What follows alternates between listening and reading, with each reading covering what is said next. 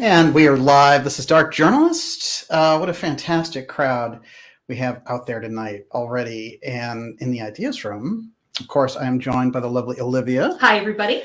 And Olivia, it's a mix of fireballs and insurrectionists. So what is the situation with the fireball? I don't know. I saw the picture, but I don't know anything more than that. This is the thing. I'd say ever since 2 years ago, there's been a whole wave, like a gigantic wave of fireball activity. And it's sort of like, ho-hum, look at all those fireballs.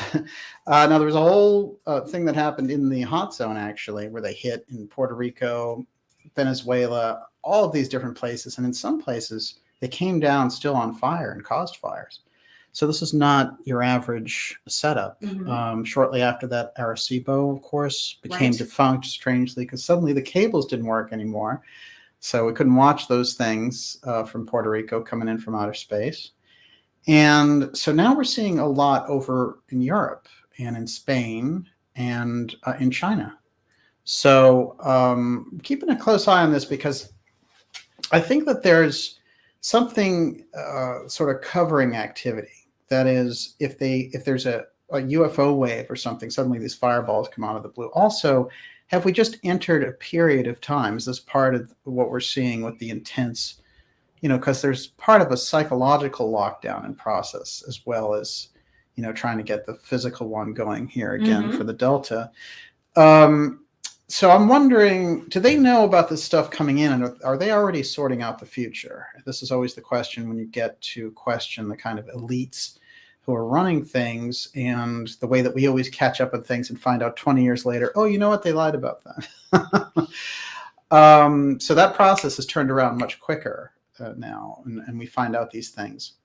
I'm thinking, though, that this is something that we need to kind of keep an eye on. And I'm going to do an episode just on the fireballs because it's so fascinating. And I'm getting so much from everyone sending me those, which I really appreciate, because I've been on this story for a while, maybe almost 2 years with the fireball. And I'm thinking there's something very significant taking place. There was all this talk about Nibiru and Planet X. When it rolls in, it was going to be carrying all this kind of meteorite trash behind it, and we were going to get flooded. But I think that there's definitely something astronomical in play here that we're not hearing much about.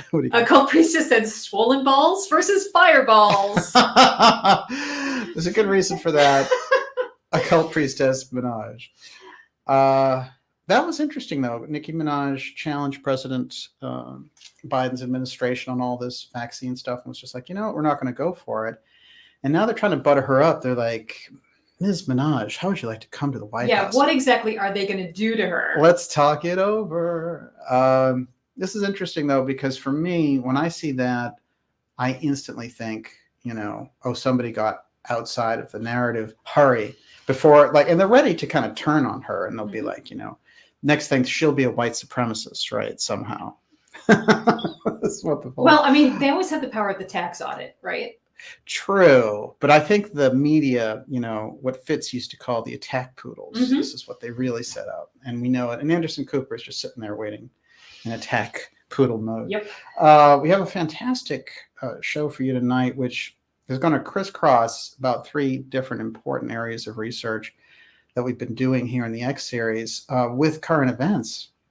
Which every now and then, what happens is the X series goes so far out, and then there's this crossing point where everything that's going on currently crosses in with it. And we're really looking at one of those periods now with the revelations from Bob Woodward's book, his new book called Peril, which is all about the last sort of phase, the last 6 months of the Trump administration and all the unusual things that were going on. What he doesn't realize that he's revealing is that they've been trying to play it off on Trump that, he has all these insurrectionists, and, we had all this nonsense on January 6th with that deep event of people protesting and the Capitol cops being like, hey, come on in here, kids. And then them trying to pretend there was something going on. There's people snapping selfies and all the rest of it. And oddly enough, all the deaths being caused by the police, not the protesters. So, but in the grand scheme of things, with all the stuff that we were looking at in 2020 in terms of people burning down cities and Antifa and BLM and all the rest of it, it was pretty mild, let's face it. And it was based around this whole thing. What they were doing at the time were counting the votes from the 2020 election, which had incredible irregularities off the charts, and with entire states switching, heartbeat. So there was so much going on there in that process. But what was happening behind the scenes that we couldn't see was the chairman of the Joint Chiefs of Staff, General Milley, who we're going to get to know very well tonight, and his relationship not only with, on the military side, but also in relation to the UFO file and the Central Intelligence Agency. It's going to help clear the picture up for us quite a bit. But Milley, according to the Woodward book, and not denied by Milley, as a matter of fact, he's admitted the phone calls to the Chinese officials, basically was in the background negotiating with Chinese officials on the military side and saying, don't worry, we won't let Trump attack you. And, this kind of stuff, and saying, if there is any kind of attack, we'll warn you, which negotiating with a foreign powers defense establishment, because he's talking to the Chinese generals, really puts us at risk. And on any level, it's wrong. Somebody could say, oh, well, he was trying to do it for the right reason. It doesn't matter. It's wrong. You are in a chain of command, and the chain of command runs the president, the secretary of defense, and then you on these matters. And so you can't go around those guys and say, don't worry, I'm going to work everything out. And, then later say, oh, I was just doing my duty, and we were worried about President Trump and what he might do. Look, here's the thing, like Trump or hate Trump, he didn't start any wars in office. All right. So much of the Trump is madman thing, where it's kind of thin. And of course, Biden sort of rolls up, and has the whole dementia thing on the microphone, but he just did a drone strike in Afghanistan that killed 10 innocent civilians. So we're missing our narratives here, which is that military structure is out of control. And so personalities really don't count, I'm sorry to say. And so a lot of the things that go round and round on this, this is a very good example, I think, for us to really look at Milley as somebody, he's a genuine insurrectionist. Now, what is the media going to do that? Who's been trying to paint anyone who is against COVID as, oh, you incredible terrorist. And they have the domestic terror bill in Chairman Biden's administration. Of course, Chairman Biden came out last week and said, I have all these mandates for it. Well, they're all unconstitutional, so they're not going to work. And you're going to have to employ police powers to get them done. That's going to make you a dictator. So let's see how that goes. So this is the kind of situation that we're in with this. But the Milley thing is a clear-cut case. And he realizing that Woodward has tapes or whatever it is, he's not trying to get out of it. He's just trying to say, well, that was no big deal. But it is a very big deal, because no general should be able to negotiate with a foreign government on the behalf of the United States and go around his own president. It's just, shouldn't be allowed to happen. So, and that is a fundamental piece of American constitutional foundation. This is literally where we're coming from as a republic. And, the idea of a military calling the shots, and of this guy, just wheeling out and, deciding the foreign policy of the United States is bizarre.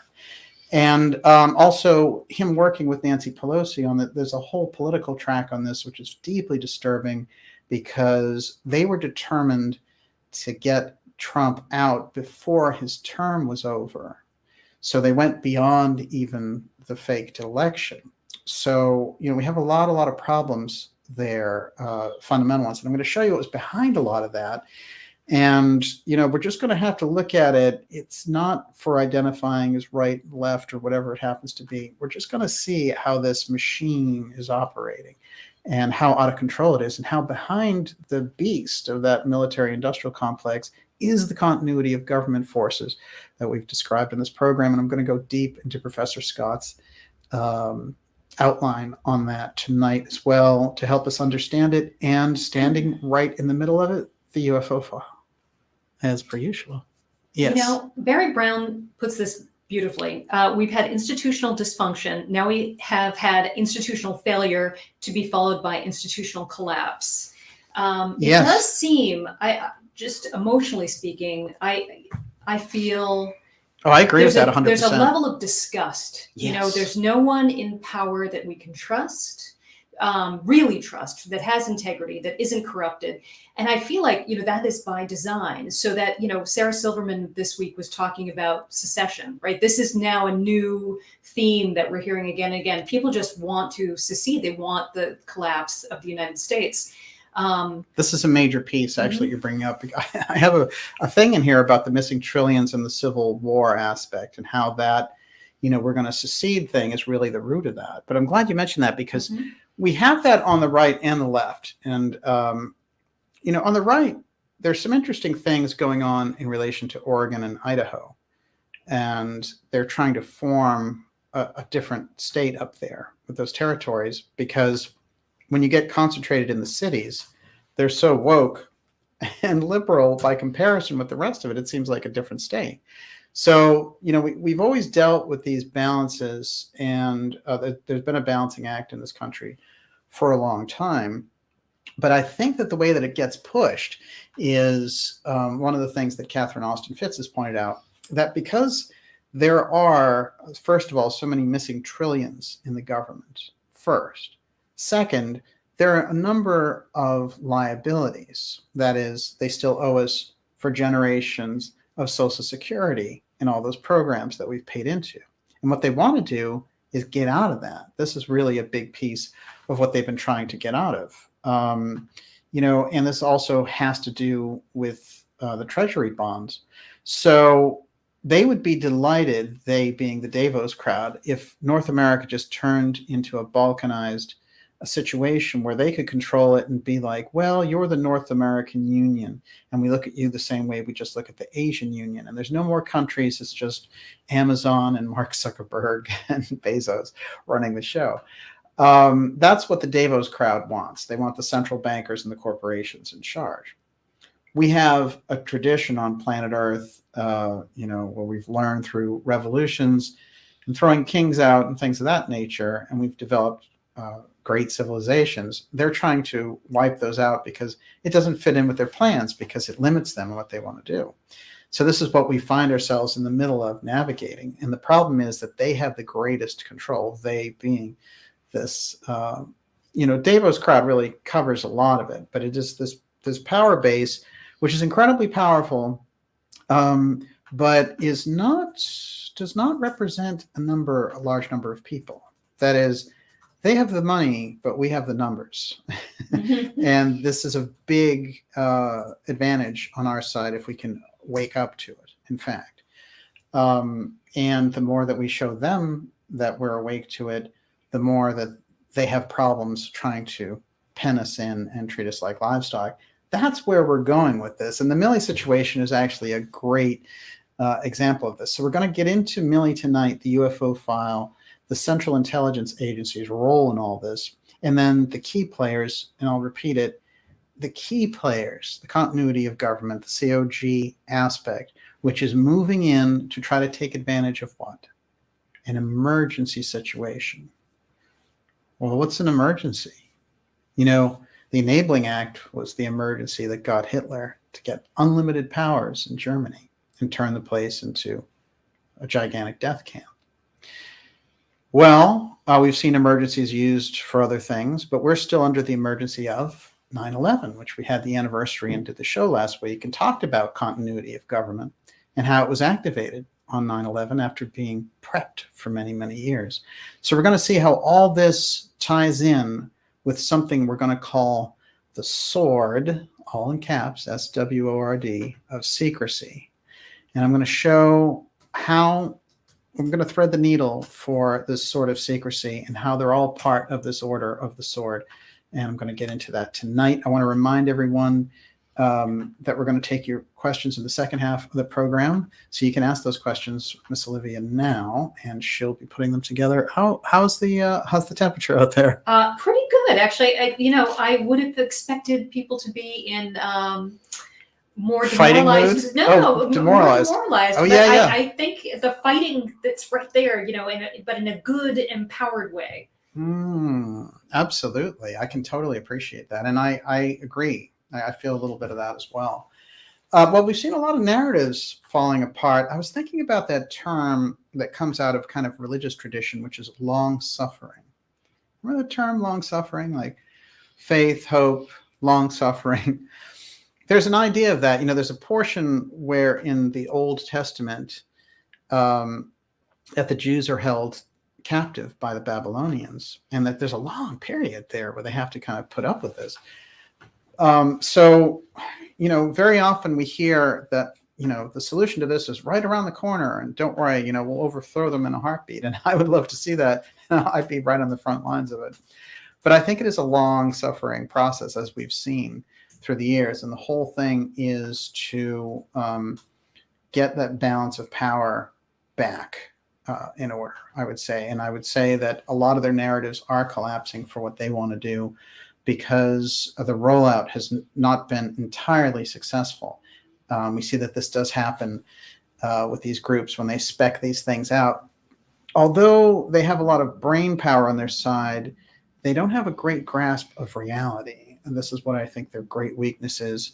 And I'll quote another kind of biblical type story, which is David and Goliath. That story is certainly there for a reason. But if you can find the weak spot in the giant, this is the metaphor. And in that case, they've got a 15-year-old with a slingshot. Well, so that's the role that we have to take against Goliath. And if they could do it, if David can do it, then we shouldn't have too much trouble. Everyone, you're watching the Dark Journalist Show. This is episode X-108, and it's Milley, the CIA, the UFO file, and the Sword of Secrecy. I want to remind you to go to darkjournalist.com and sign up for our newsletter, because we're seeing so much of this incredible pushback and people getting thrown off social media. We've been seeing it for a long time. I guess we're sort of used to it now. Mm-hmm. That's the scary part. But there's no question that if you're on that mailing list, we have a much better chance of staying in touch. What do you got over there? I wanted to bring this up. So Wanasong says, my favorite news story this week was WXYZ Facebook post asking for unvaxxed COVID deaths and stories. The ratio is still coming in about vaxxed people dying. That was fascinating this week. It was really interesting that an ABC News channel that did that. And instead of getting stories like, so-and-so died of COVID, there was a lot of people saying that they died from the injection. So a tragic story in any case, but this is the thing, that truth tends to come through in all of these different things. And I say a lot of this stuff is perception too, the way that they use language around it. And we'll get into that, because Milley is somebody who took a very strong stance when we were starting off with the whole COVID thing in March of 2020. And he was saying that the military was working really hard on getting an injection together. And I think that this is unusual. And I don't think that this is something that's well reported. Did you know that the military hadn't heard that at all. Was working on their own? I mean, the pharmaceutical companies, yes, but he was saying that the military was doing it, and that was March 2020. So I wonder about that. And when they talk to him and grill him on Congress, I'm sure since the Democrats are running it, they're going to try to soft pedal it, but there's no way around those types of activities. And, typically what happens is, and I'm going to show a case of it tonight, is the person would be court-martialed. That's the way it goes. And so we're going to see how he explains it. But if it is as it looks on the face of it, he should be court-martialed. I don't think there's any way around that in any way, shape, or form. There's no excuse like, I'm so woke that I was afraid of Trump. That doesn't work. It works at the New York Times because they're in fantasy land now. The New York Times of the 80s and 90s would never have been able to tolerate that kind of thing. They're in a fantasy. But we'll get into that. I wanted to say tonight is a very special anniversary in the UFO field. In fact, it is the anniversary of the abduction of Betty and Barney Hill, 1961. Wow. And so we're going back there some 60 years, a couple driving along the White Mountains in New Hampshire, heading back to Exeter.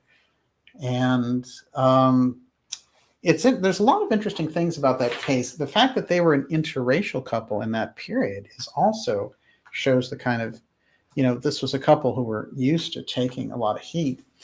And the story got more widely reported by 1965 in a series of articles. And then in the book, The Interrupted Journey, which became a bestseller. The Betty and Barney Hill case has always held up incredibly well. It seems that they encountered some off-world civilization which abducted them. And a lot of people have pointed out how interested the Air Force became in them after they heard they were getting hypnosis sessions and such. I think that's an afterthought. I think that they try to spin the case, or they try to get information from that case. But if you go deep in the Betty and Barney Hill story, you're going to find that her mother had these types of experiences, and it went back in the family, in fact. And I don't know if it went back in terms of the family of Barney, but apparently these things happened to them after the fact of that one initial abduction that we know so well from the story. But I think that they were both incredibly brave, honest people. She was a social worker, he was a postal worker, and they just described what happened to them. And it is a shocking encounter. There's no doubt about it. Of course, Betty drew a star map from hypnosis of seeing a star map on their ship, and it turned out to be incredibly accurate and even showed things that we didn't know about until the 70s. So certainly this is one of those cases. It's so funny because the UFO field became cluttered with cases that weren't so great. And there were a lot of people promoting them. And there's an interesting thing about the UFO field, which is it's saturated with intelligence and entertainment. So the intelligence community wants to control that because they have a whole op that they've been working on. And the entertainment people just love to pump it up there for the money. So they tend to throw a lot of people out there. And we've seen that with Gaia TV and others. So there's not a lot of integrity, unfortunately.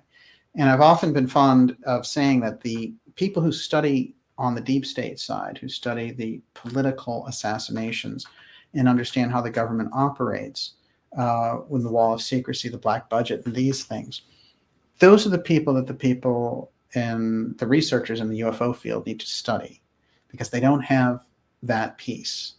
And people pretend to have it, and then they're like, hey, the CIA is giving us disclosure. I can't wait to do an interview with them. This is a problem. It's a real problem. So there's a lot of people who don't have the deeper training in the deep state literature.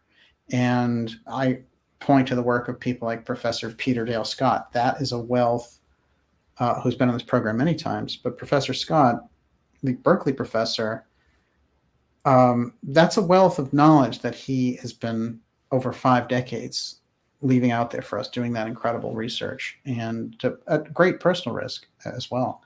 So, there's a number. Ray McGovern's another great one. He used to be in the CIA, and they threw him out. So this is an interesting thing, which is when the CIA takes you out because you have too much courage, too many morals, to just play, be one of their puppets, then those are the types of people that you can work with. But those who are deep in the CIA, like the TTSA was all CIA people. As a matter of fact, TTSA had over 100 years of CIA experience. I mean, how are you going to get the truth from that? That's like looking for, to the KKK for togetherness rally at the NAACP. You just wouldn't do it.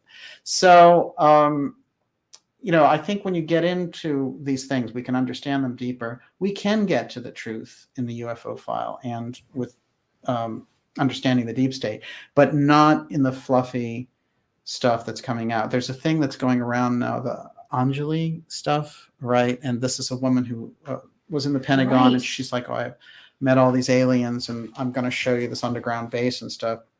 So fine. If she has that information to show, fantastic. But, cool it on the marketing then and just show what you got if you have that on offer. But it's a very strange move. I think these kind of waves that you see, the UFO field is often a plaything for these different forces. So we're going to see how that pans out. So, but a very significant case, I think, with Betty and Barney Hill there. Do you want to address the Nazi aspect? Oh, that is interesting. During the abduction, Barney, one of the aliens, he says during the hypnosis session, he's like, he has a uniform on. I think he's a Nazi, which is kind of stunning. And there's a whole crisscross there, as we know, of the Nazi UFO side, which we've covered on this program a number of times. I don't know what to make of that.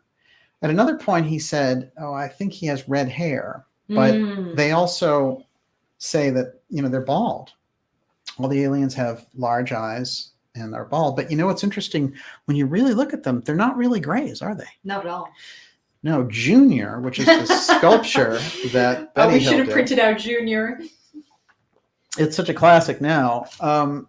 But it looks a lot, it's got a big head and everything, but it doesn't have the slit, the big black eyes. It looks very much more human, in fact. I know in one episode I put a wig on it because I thought it actually looks feminine. So very interesting case, very worthy of study, kind of like studying the original, Christopher Columbus journey. Like, there's so much historically, I think, that's very important in that case, and it's something that we need to keep our minds on. Let's talk a little bit about the sword, the Order of the Sword, and the Sword of Secrecy. This is going to help us get into Milley and the whole deep state aspect, and even what Trump was dealing with, and how Trump co-opted this sword stuff for the Space Force. We're going to get into that too. This is the emblem of the Order of the Sword.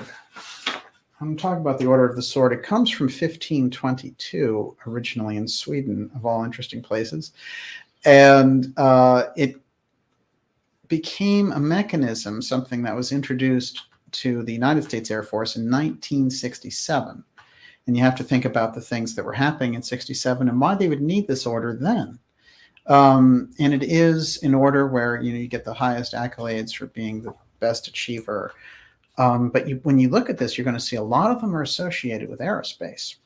Of course, deep steganography in all of this.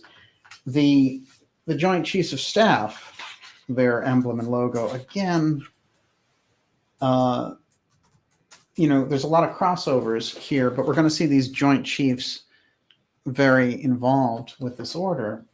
Let's get a few things on the record about the Order of the Sword. The Order of the Sword is an honor awarded within the United States Air Force. It's a special program where non-commissioned officers of a command recognize individuals they hold in high esteem and wish to honor. Those selected for induction are usually honored in a formal ceremony at a dining inn. The honor can be awarded at the unit level or more rarely at the Air Force level. The U.S. Army, Navy, and Marine Corps in particular lack such an honor bestowed by the enlisted corps upon the officer corps. The origin of the tradition is that the Order of the Sword recognizes individuals who have made significant contributions to the enlisted corps. Only seven other individuals have been so honored since 1978. Now they're saying there was originally something. The presentation was adopted from the Royal Order of the Sword and passed into the United States during the Revolutionary War. However, it lay dormant until it was reinstituted in its current form in 1967. The original Order of the Sword was patterned after two orders of chivalry founded during the Middle Ages in Europe, the British Royal Order of the Sword and the Swedish Military Order of the Sword, still in existence today. In 1522, King Gustavus of Sweden ordered the noblemen commissioned by him to appoint officers to serve him. Well, we know all about Excalibur and King Arthur and the sword honor part. When I went a little deeper beyond the regular description here, I found out that this thing about the Revolutionary War doesn't exist. There's actually no evidence for it. This thing pops in almost completely out of the blue.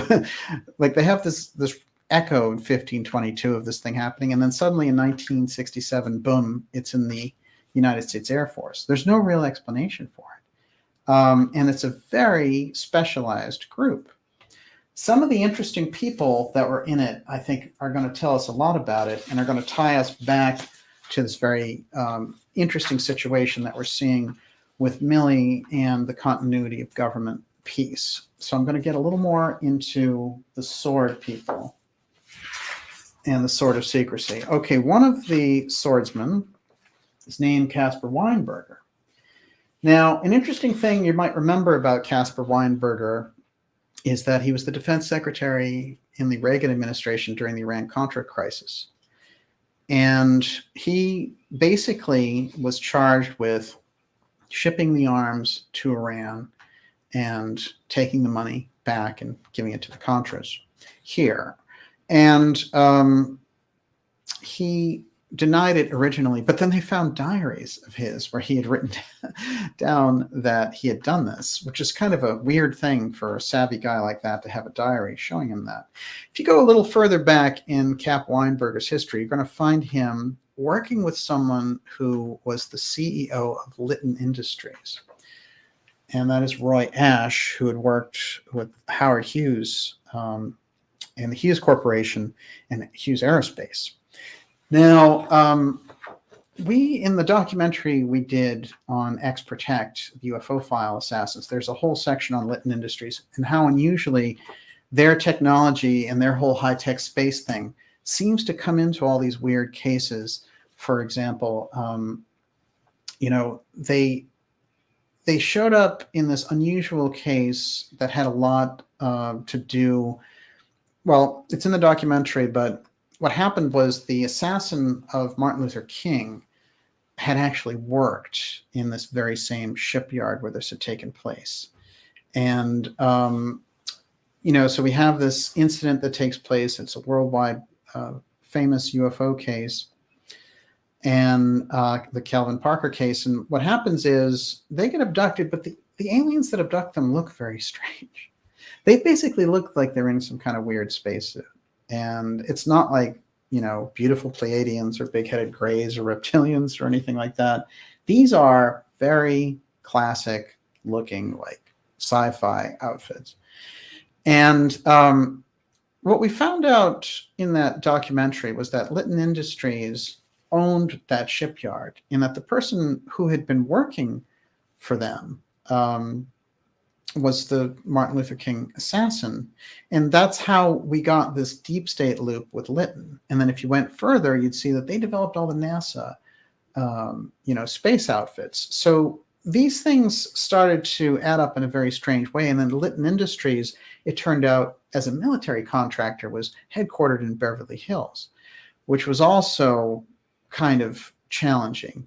So you have James Earl Ray, and James Earl Ray out of nowhere goes out to Beverly Hills, and he works for Litton Industries, and he gives that shipyard where this whole UFO incident happened. So you have a lot of strange crisscrossing information happening there. The upshot is Casper Weinberger recommending Ash from that corporation for a job in the Nixon administration, and the close ties there, because we're going to find Cap Weinberger closely associated around the UFO file in the Reagan administration. When he is indicted on behalf of the Iran-Contra affair, it is President Bush that pardons him. And so we never get to find out just how guilty he was, because Bush was nervous about it. Well, I mentioned that Casper Weinberger, they call him Cap, was of this Order of the Sword.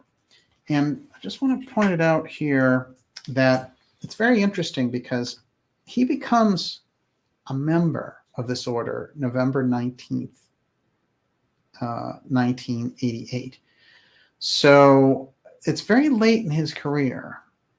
It's basically the end of his career, which is an unusual step here. But there we have him, the Honorable Casper Weinberger, as part of this group.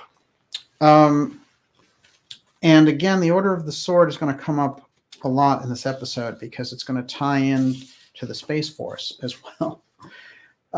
Interestingly enough, Weinberger was known for something else, which was giving the UFO briefing to President Reagan. And there he is with the Joint Chiefs chairman, the guys in the Milley's position, discussing this shortly after giving that briefing.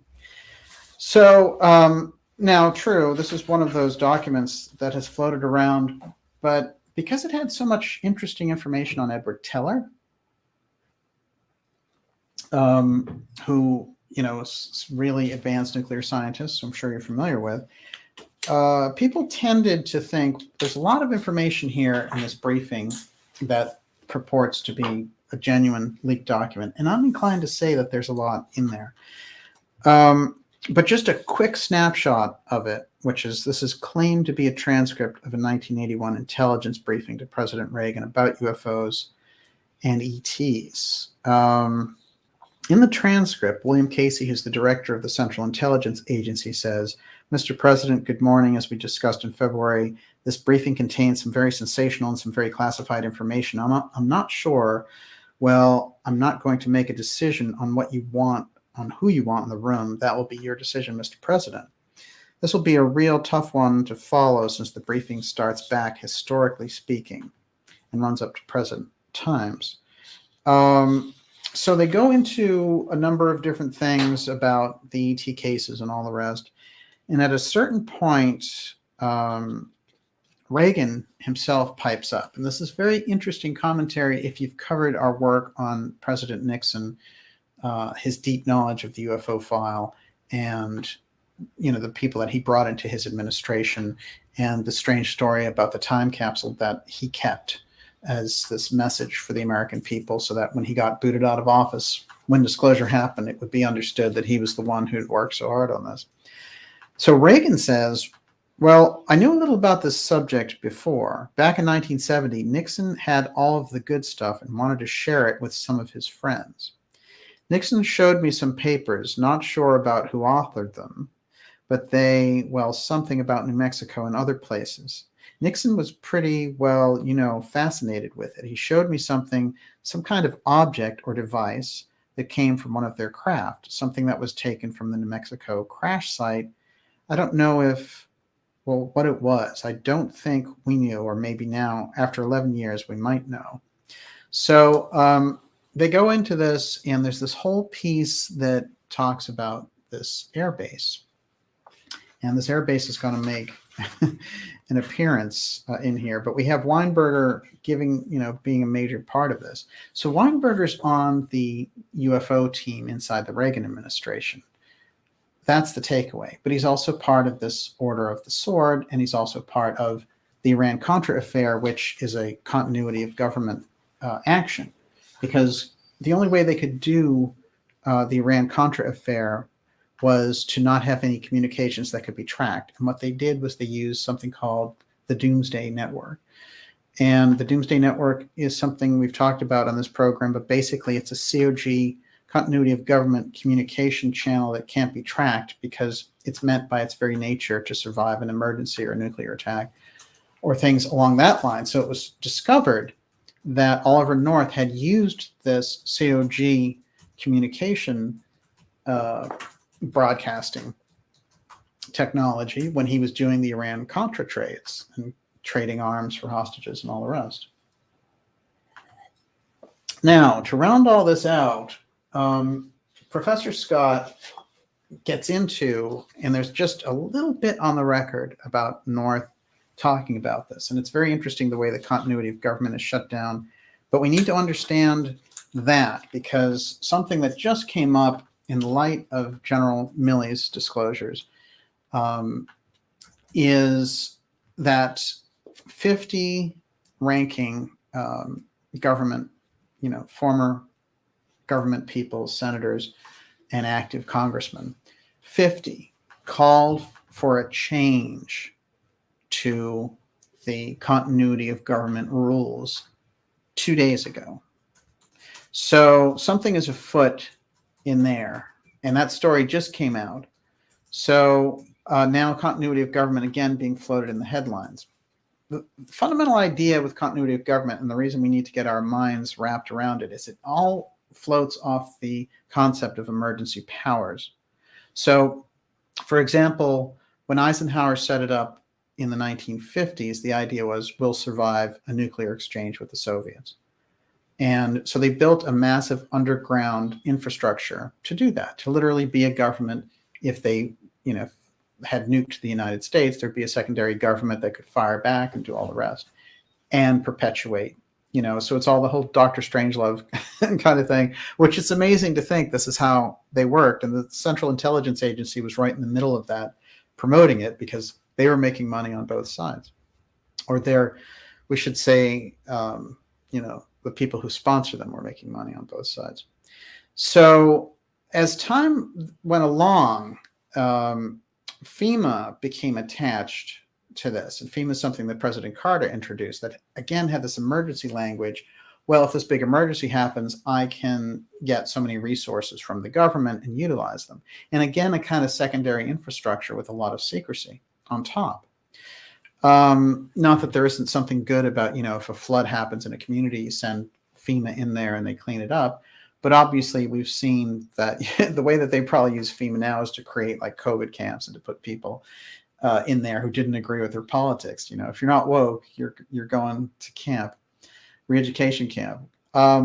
So when you get to the 1980s, there's a very interesting period because Reagan in 81 and 82 revisits COG, and he says, we need to kind of update all of these things and integrate it closer with FEMA.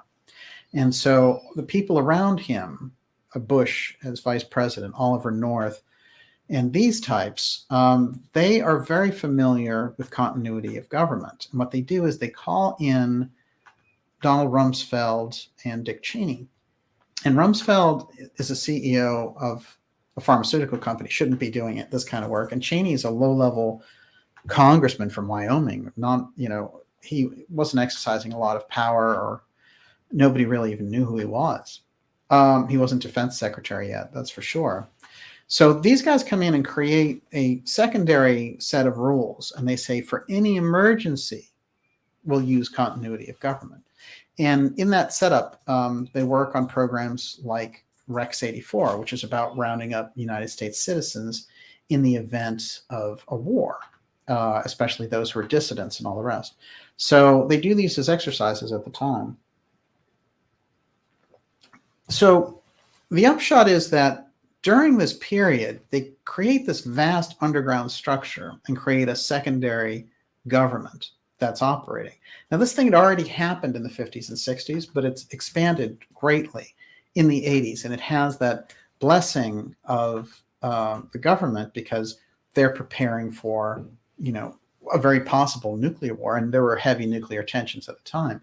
But what gets rolled in here is the idea that any emergency can trigger off the suspension of the Constitution. These same people, Rumsfeld and Cheney, will execute, along with Bush's son, the continuity of government during the 9/11 crisis. And we still are under those emergencies.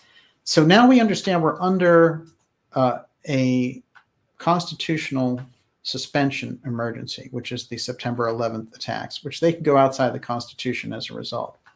So researchers like Professor Scott have pointed out, this is the thing that needs to be removed in order for us to go forward as a free country again, because every president ever since has signed on to these rules.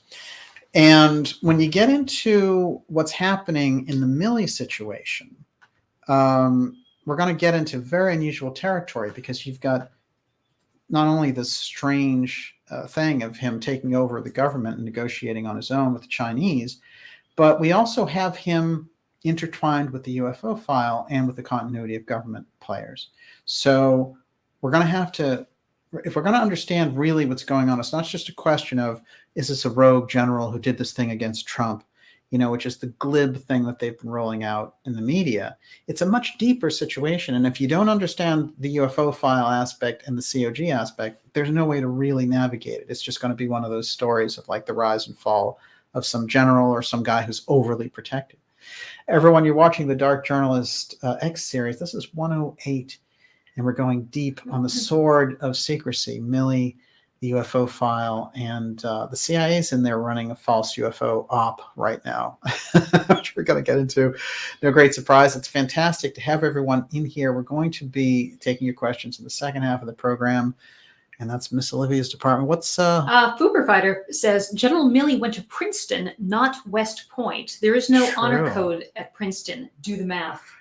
Yeah, that's really interesting. He's from Winchester.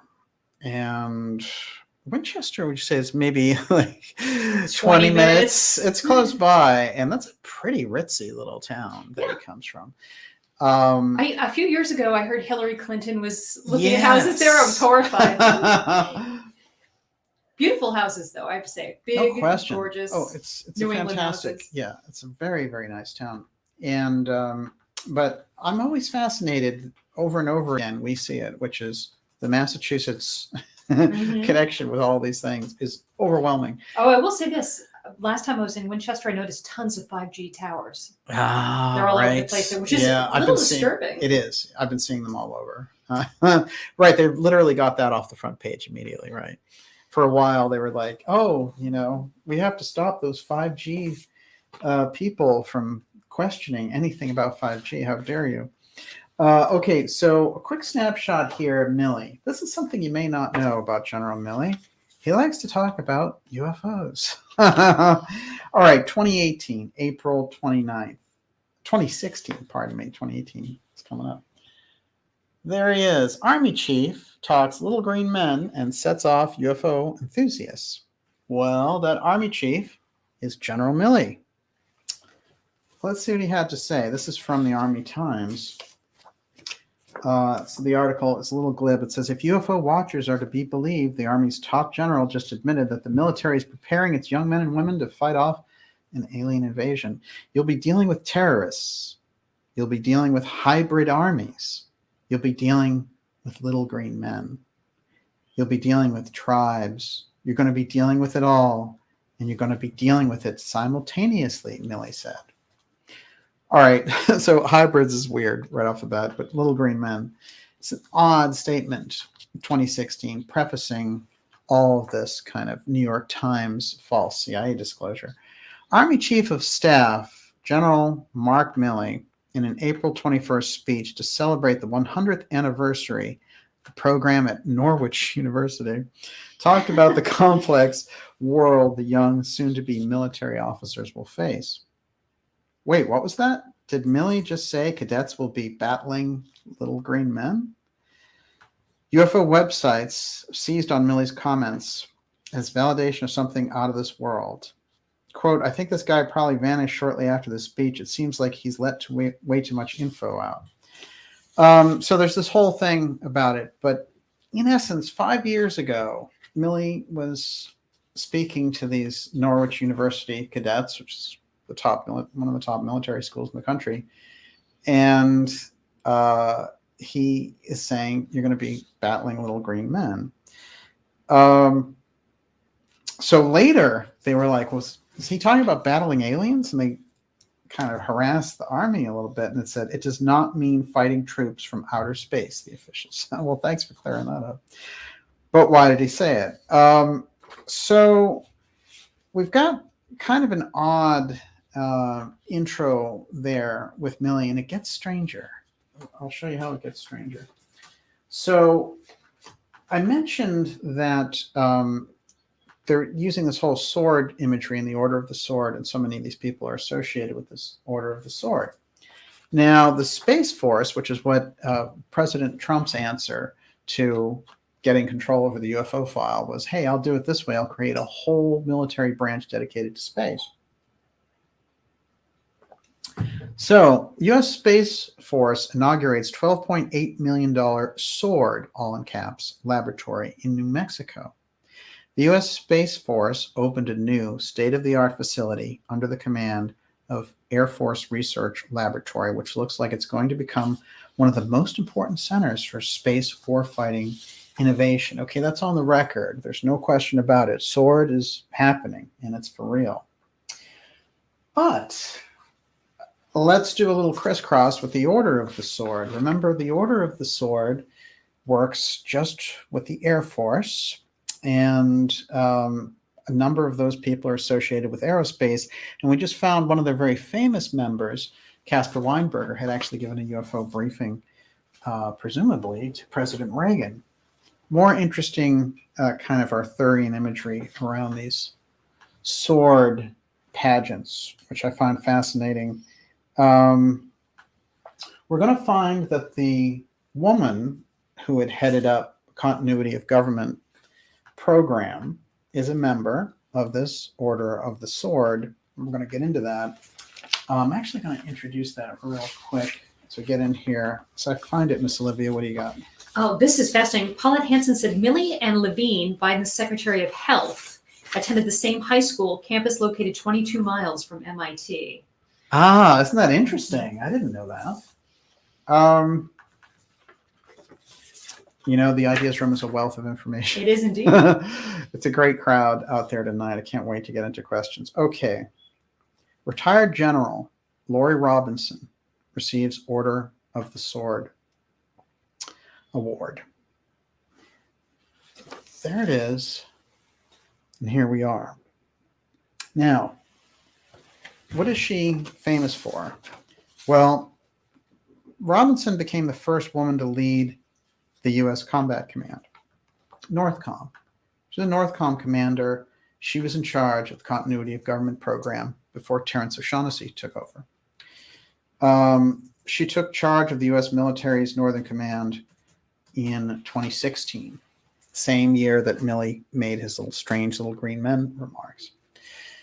Now, she's a member of the Order of the Sword and also in charge of continuity of government during that period.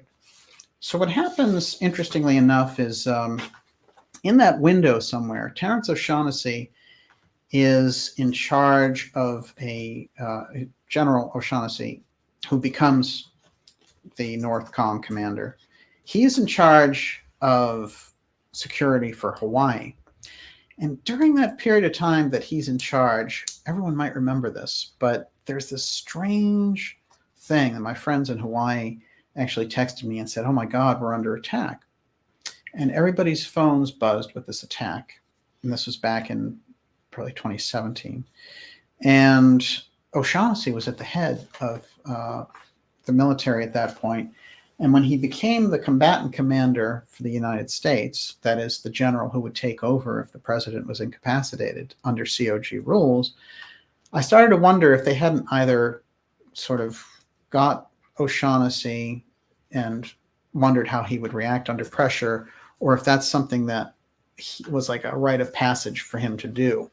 So O'Shaughnessy was very interesting. And last year during the pandemic, he became the first NORTHCOM commander who would come out and sort of do interviews and talk about continuity of government like it was nothing. And before that, you couldn't mention it. You could not speak about it. In Congress, they shut down Oliver North speaking about it when he went to say, well, I was using this emergency doomsday network. They just cut him off and they say, you can't say anything about COG. Shut up. So a lot has changed. Suddenly, I noticed last year that they were floating articles in Newsweek just being like, hey, COG, you know, could happen. Trump could get COVID and COG would be it. And this is the direct tie to what they were doing with Milley in this strange situation. Now, it got stranger right after the election. Milley had already been in touch with his counterparts in China in October, okay, before the election happened. And he was assuring them, don't worry, even if Trump gets back in, we'll warn you if there's an attack. Well, I mean, just what are you talking about? You're the chairman of the Joint Chiefs of Staff. You're the top military officer, aside from the president in the country. You can't go negotiating things on your own. It's bizarre. And also, who are you trying to please here? That is the question. I mean, it's extraordinary. And I think that more is going to come out in relation to that. Before I jump on that, I want to read a little tiny bit more about this Order of the Sword. These are the Air Force swords that look like they belong in a video game. This one is again in the... this is wearethemighty.com. It's a military publication. Everyone in the military, including the Air Force, scratches their heads over why ridiculous and oversized swords are given to high-ranking Air Force officers. The real reason is rooted in tradition and a dash of silliness. Huh? Oh, yeah, it's just so silly taking over the country. So we have an interesting tradition here going on with the Order of the Sword. Here's more of these presentations to these officers. They're getting inducted into this, and we're seeing more from these ceremonies. There's a series of them. And you could say, oh, there's all this pageantry associated with the military. But the sword thing is going to become very important when we look at the Space Force, the UFO file, the COG connection, and its sudden appearance in 1967 in the Air Force. Now, when they were looking at this, they said, well, the U.S. Air Force honors officers who have made significant contributions to the enlisted corps, and we went through some of this. According to the Air Force's claim, the original Order of the Sword was patterned after two orders of chivalry founded during the Middle Ages in Europe. And I went into that, how they mentioned, oh yeah, and the American Revolution had it too. But then there's this interesting commentary that comes up later. It says, eagle-eyed historians would poke holes in many of those claims. The Brits don't have an Order of the Sword. The Swedes did not have one until 1748, which is way later than is considered the Middle Ages. And they haven't inducted anyone since 1975. The Romans already had a form of an NCO. France's King Charles VII helped form corporals a century earlier. But so there's something weird, like the story is made up, basically. It was like, oh, this Order of the Sword was around with the Swedes and King Gustavus and all the stuff. No. It didn't come from there, and it wasn't around during the American Revolution. It's something else that they needed to enter there.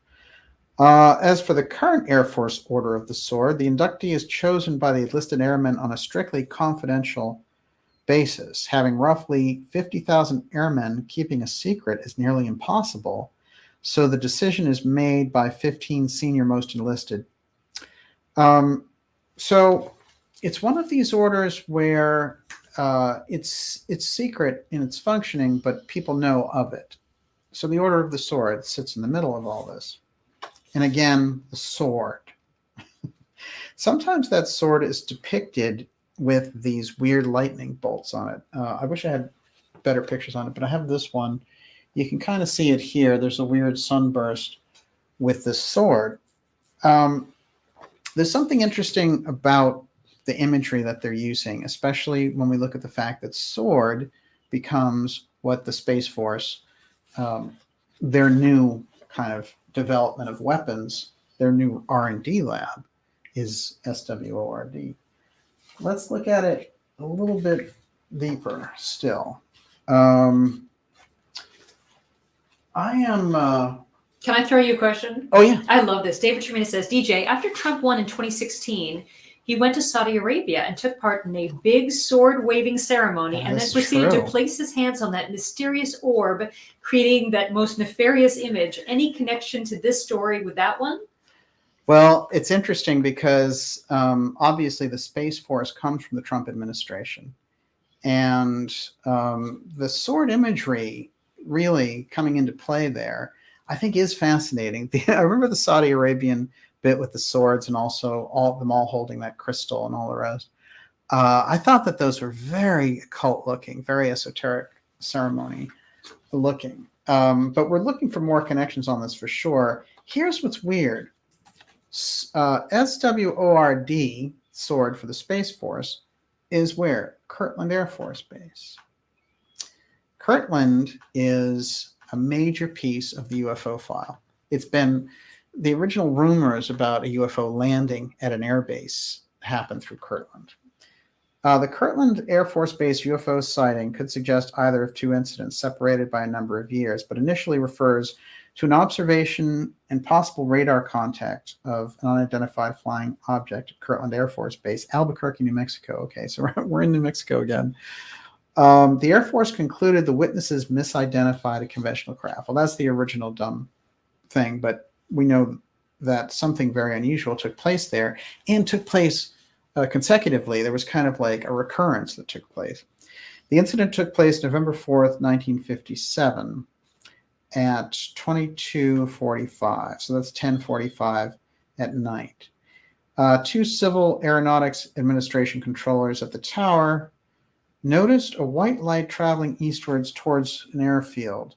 The light appeared to maneuver, and a brief radar contact was confirmed before the men saw a dark object descend steeply at the end of the runway. The object proceeded to cross the airfield at a moderate speed and height of a few tens of feet. Through binoculars, it appeared to be around 15 to 20 feet tall, vertically elongated and egg-shaped, with a single white light in the base. So it's kind of an interesting craft, and they're alarmed by it when it takes place. So there's a whole thing about that case, and then Blue Book investigates and so on.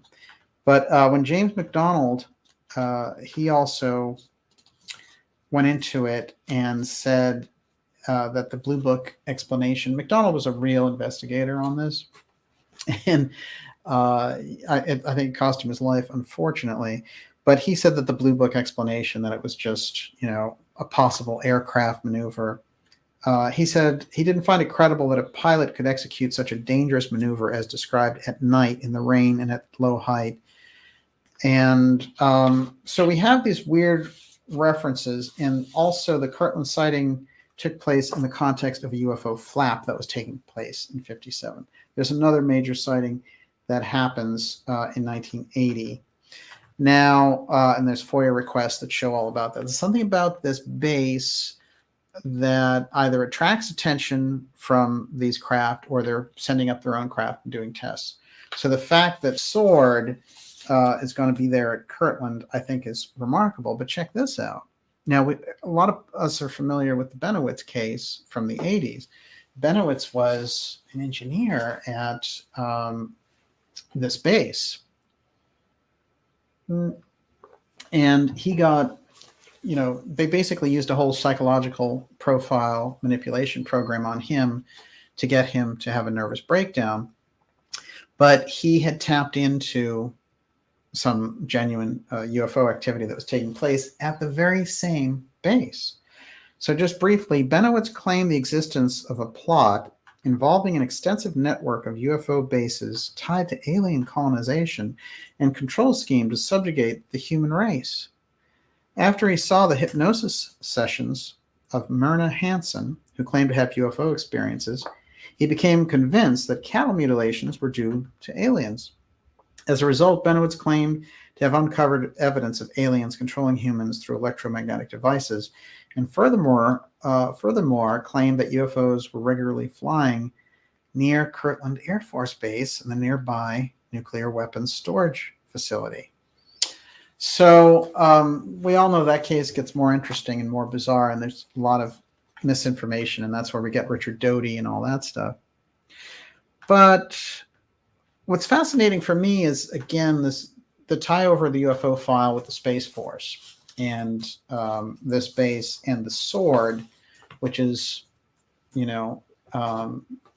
what that Space Force base is going to be doing is that R&D around new weapons in space. So we have some really interesting UFO file ties, and we have the kind of strange mention by Milley of fighting little green men all the way back to 2016. When we come into 2020 with Milley, he's graduated to be the chairman of the Joint Chiefs, which is the highest position. It's the Curtis LeMay seat. And what happens with him is very odd, which is he starts kissing up to the liberal media for some reason. And he apologizes for appearing with Trump during one of these protest things happen. There's a BLM thing, and they're trying to do, there's a lot of promotion in 2020 of incidents that are supposed to embarrass the Trump administration, and that's all coming from Chinese money funneling into the pockets of BLM and stuff, which doesn't do any good for, Black Americans at all. So, it's interesting with these groups and where they get the money from. the leader of BLM was so rich, she was buying these $1 million houses. She had 4 houses, and in the ultra, sort of suburban, 95% white area of Los Angeles. I mean, and this woman, had to step down, and she was like, "Oh, I'm a distraction." No, you're a paid asset. This is the way it works. But in any case, with Milley, I thought it was interesting because Top General apologizes for appearing in photo op with Trump. This was in June of 2020. This was the first real indication that something was up with Milley, and that I believe Milley was in on a plan with O'Shaughnessy to call COG and to remove Trump at this point, because I thought that they think the thinking during the summer of 2020 was that Trump was unstoppable and that his reelection was assured, and that the groups, the continuity of government groups, the deep state, they weren't interested in having Trump lead us through this period. They really wanted to get Biden in. Now, the book Peril came out, and Bob Woodward, who goes all the way back to Watergate, he has a tendency, that's a military intelligence person as well, but he tends to get these quotes, he tends to get this information in the background, so it's not a very light thing when this information came out, which is why Milley couldn't really deny it. Someone said Milli Vanilli out there. There's a lot of things with that name. Woodward Costa book, worried Trump could go rogue, Milley took secret action to protect nuclear weapons. First of all, regardless of his own personal feelings, you can't take secret action as the Joint Chiefs. It's just not going to fly. This is CNN too. So even they know he's in hot water, they're just trying to soft pedal it and be like, well, he was doing it because he hated Trump, so it's okay.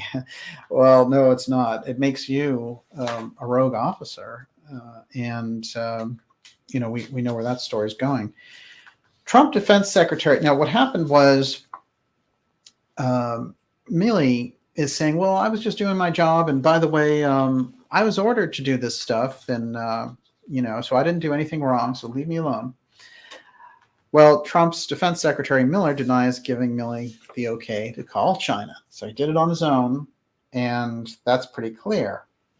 Now, what did he do? Milley warned defense leaders that Trump could order an unwarranted nuclear strike. This is the language that he was using, inflaming our own and potentially separating our own Joint Chiefs, military leaders, into this frenzy. So, interestingly enough, at the table there with Trump and Milley, this is an interesting face who's going to be familiar to you if you've been watching this program. There's O'Shaughnessy right there heading up COG. So here we have O'Shaughnessy and Milley meeting with Trump. And this is the nexus, I think, that we need to uncover, which is O'Shaughnessy and Milley. O'Shaughnessy representing COG, Milley representing I'm going rogue and throwing the political nuclear football to the top Northcom general to run things. A little bit more on this, and then we're going to go into the weird October period where Trump gets COVID and they go to throw the flag. Top U.S. general feared Trump could order China strike in final days. Again, like him or not, President Trump didn't have any wars during his entire term, unlike Obama, who drone bombed 10 countries. And, so it's a weird thing. Like Milley is using this reasoning. I feared that he was going to order a hit on China. There's no evidence for it. None. Now, even USA Today, which is ultra liberal and, will just kind of beat back anything that has to do with making this administration look bad or anything. Even they say betrayal of trust, why General Mark Milley must resign as chairman of the Joint Chiefs of Staff. And they've got a pretty convincing argument there. No leader can make the promise General Milley made and retain the support of the military personnel he oversees. It's simple. It is like Dr.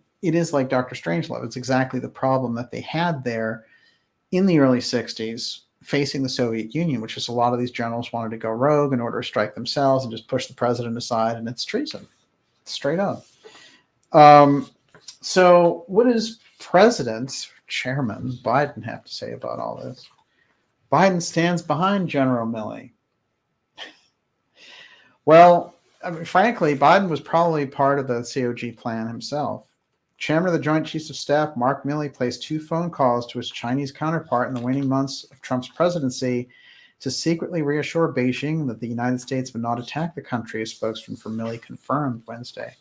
So there's no getting around this now. They know they had to admit it. What we have is an interesting dynamic going on here. So we were getting into this period of time when Trump looked unstoppable last summer. And they were doing this whole thing with the COVID numbers. And then Trump got into a political pose, which was about Operation Warp Speed and developing this vaccine quickly. But Trump was also out there advocating for things like hydroxychloroquine and, real stuff that would make him look like a heretic to this pharma takeover. But later, I think that this moving for the vaccine would cost Trump a lot of political support this year. And I think that people around Trump, talking to Trump, should say, you know what, let Biden own the vaccine and move in the direction just of liberty and really stress the whole thing about fighting the mandates and stuff, because you don't want anything to do with, the kind of the things that are coming down, the stories around this and the aftermath. But what's interesting is this. By the time we get into October, it's very dicey for them. They don't know. They haven't been running a campaign. If you remember, Kamala Harris and Biden were kind of standing on crates in drive-in movies and stuff like that. There was just no campaign there. There's no way that somebody could win doing a campaign like that. I mean, I've been watching campaigns for years. It's not how it works. So what happened was, I believe that they decided to give Trump COVID. And I think that they were going to use that, even if you think that he just got it, we can say that too. Let's say he just got it and they decided to use it as a pretext to order continuity of government. And what they were going to do, what happened was in that summer, they did an unusual move, which is they got rid of O'Shaughnessy, who had been very public with his continuity of government talk. And I think it was a little bit dicey on their part. And so they chose this General Van Herk, who I said is from the 509th, which is the same bomber group as the original Roswell bomber group that found the crashed craft. I found that significant. He takes over COG. And the person who does that maneuver is Mark Esper, who's the defense secretary. Now, oddly enough, when the election is over and there's all this dispute and everything else, the first thing that Trump does is fire Esper after the election. Now, you might think you'll fire somebody before the election, but why are you going to fire somebody after the election when you only have a couple months left? It begs the question. So my own conclusion on this was that Esper worked to put Van Herk in. The choice for him as the continuity of government leader, the combatant commander. And if you think this language is far out, Nancy Pelosi was using the language and saying, I'm getting briefed weekly by continuity of government. I mean, they were just coming out and saying it at this. They used to hide this stuff. So she was also raising the possibility that she might take over if there was a disputed election. I mean, there were a lot of things that they were covering themselves on. So we're in a weird situation now because we've got Milley doing this unusual activity with the continuity of government players playing to this China thing. But Milley also has a weird tie to the UFO file. And then we're also looking at these positions of people who've operated and been Secretary of Defense in different eras, briefing presidents, like Casper Weinberger, and they all have this Order of the Sword connection. And then Trump comes in and creates the Space Force, and now they're known as, they have their major R&D division is Sword. So we're getting a lot of connections, and we're seeing a lot of things that were taking place. I remember during that period when Trump supposedly had COVID, Joseph Farrell noticed this, which is he came out and did this big speech, and it looked like everything behind him was moving side to side. And Farrell's instant analysis was he's on a ship. So somehow Trump knew that to dodge a bullet, he had to be not right there in Washington. But there's no record of him being on a ship. I just find it as interesting commentary.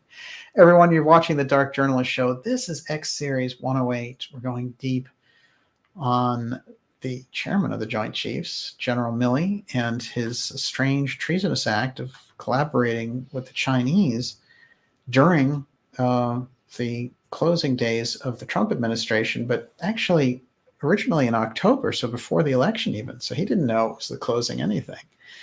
We're going to be taking your questions in the second half of the program coming up very shortly. I'm going to check in with Miss Olivia now. Okay, there are a few questions that are related. Yeah. Ratty Chen Po says, so has the coup happened? Biden is controlled?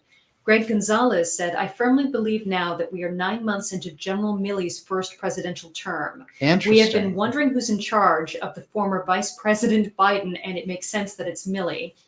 And wow. Richard B. said, Milley's the tip of the iceberg. The military runs the country and the CIA runs the military. Well, that's a key point. There was an attempted decoupling of the CIA controlling the military and controlling those situations. And that was originally during the Kennedy administration. He created something called National Security Action Memorandum 57. That stated that the CIA should only be in a support role to the DoD, which was going to completely eliminate their ability to do these paramilitary operations. Now, when he went to implement that, the Joint Chiefs took a look at it and said, this is hot to handle. It's going to put us at a war footing with the CIA. Let's shelve it over here. And it never got executed. Who was the person who executed NSAM 57? President Trump. When did he do it? Right after he fired Esper. He gets Christopher Miller in as the acting defense secretary, and he fires Esper, which is a very odd thing to do. And he starts firing people in the Pentagon. I know Trump likes to fire people, but hey, this is a little interesting. National Security Action Memorandum, NSAM 57, is something that President Kennedy signed, and it limited the CIA's role and their funding. Trump actualized the Security Action Memorandum that had been sitting there since 1962. So this was a strange thing to do, but it gave a cutoff point for early January for any paramilitary operations that the CIA were running, for example, Afghanistan. So this is a huge earthquake under the skin. Esper's firing was also quite unusual.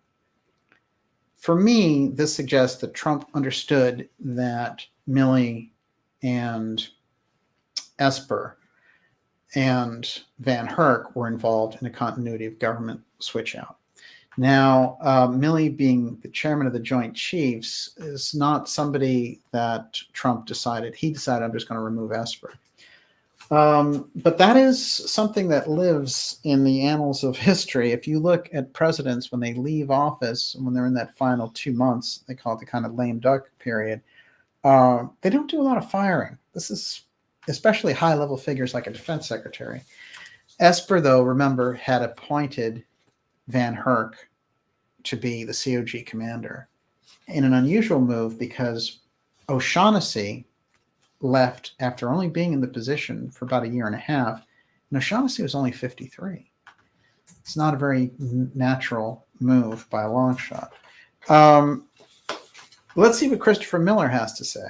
That's Christopher Miller, who was appointed defense secretary and executed NSAM 57 for President Trump, which was that key piece, that key memorandum that JFK left behind. Trump Defense Secretary Miller denies giving Milley the okay to do the China call. So he's basically calling Milley a liar. And Milley, his only defense is to say, oh, I got permission to do it. But the guy he's saying gave him permission is saying, I never gave you permission to do that. General Mark Milley said his calls to a Chinese counterpart, in other words, the Joint Chiefs of the military of the Chinese, were a normal part of his duty. After a new book reported he secretly contacted Beijing amid worries over Donald Trump's mental state. Yeah, really. So he's a psychologist now, too. It's impressive. Then President Donald Trump's last Secretary of Defense, but he's okay with Biden, right? Because Biden's mental state is fantastic, right? Biden started to like follow a fly when he was. Then President Donald Trump's last Secretary of Defense said Wednesday he did not sign off on a call from General Mark Milley, the chairman of the Joint Chiefs of Staff, to his Chinese counterpart days after the deadly January 6th riot. Yeah, it was deadly because the Capitol Police shot the protesters. Christopher Miller, who led the Pentagon on an acting basis between the 2020 presidential election and the inauguration of Joe Biden, told Fox News that Milley's actions represents a disgraceful and unprecedented act of insubordination by the nation's top military officer. It's a huge crisis that he's still sitting there, a gigantic crisis. He needs to be removed immediately. The January 8th phone conversation between Milley and the People's Liberation Army General Li Zucheng is detailed in the forthcoming book, Peril. Boy, this thing is already, I'm sure, getting a lot of pre-sales. Written by Washington Post Associate Editor Bob Woodward and reporter Robert Costa. The authors report that Milley told Lee that the U.S. government was 100% steady. Everything's fine, but democracy can be sloppy sometimes, like me taking over as COG commander. Here's what's interesting about this, though. Woodward had this information all the way back there in January. That's what comes out. And he waited till he got this book out in September. That's also a really big problem, because if he knew that, Milley had undermined the U.S. Constitution by doing this, he should have reported it immediately. So there's also something very strange about that. Woodward and Costa write, Milley feared Trump had suffered a mental decline following his defeat by Biden the previous November and told senior military officers to check the validity of any orders the lame duck president issued involving nuclear weapons with Milley himself. Quote, the chairman of the Joint Chiefs of Staff is the highest ranking military officer whose sole role is providing military specific advice to the president and by law is prohibited from exercising executive authority in command forces. It's like 101. How can you be the Joint Chiefs chairman and do this? I mean, it's extraordinary. The chain of command runs from the president to the Secretary of Defense, not through the chairman. So that's very clear. Woodward and Costa also report in their book that Milley, the top-ranking U.S. military officer, called Lee again, but this time in October, before the election, 2020, and reassured his Beijing counterpart that we are not going to attack or conduct any kinetic operations against you. In fact, Milley reportedly added, if Trump did order military action against China, I'm going to call you ahead of time. It's not going to be a surprise. You are like working for the military, are you not? This is very strange, very unusual behavior. So it's coddling his Chinese general counterpart and also saying, don't worry, if our country goes to act against you, I'm going to warn you in advance, you're okay with me. I mean, that is almost provocative in itself. If I were the Chinese, I would have thought, oh my God, they're really, they're coming for us now.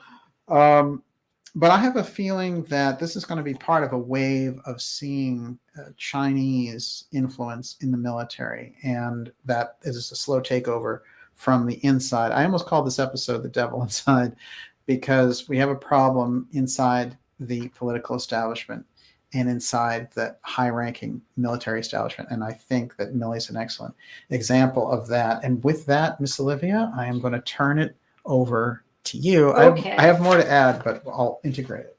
Okay. So, SSC TDI. Do you think the Space Force was in existence before Trump? The case of Gary McKinnon, 2002, he was looking for information on UFOs and hacked into the Pentagon computers. Do you want to go over that case? Well, that's where the whole secret space program language comes from. So they call him a NASA hacker. In fact, he was a really excellent computer expert who decided, let's see if I can find out about UFOs by looking at NASA's computers. And he couldn't believe how easy it was to get in there. And when he got in there, he saw something which was an off-world officers list. Now, we don't have anything like that officially. This is in 2002, so really early.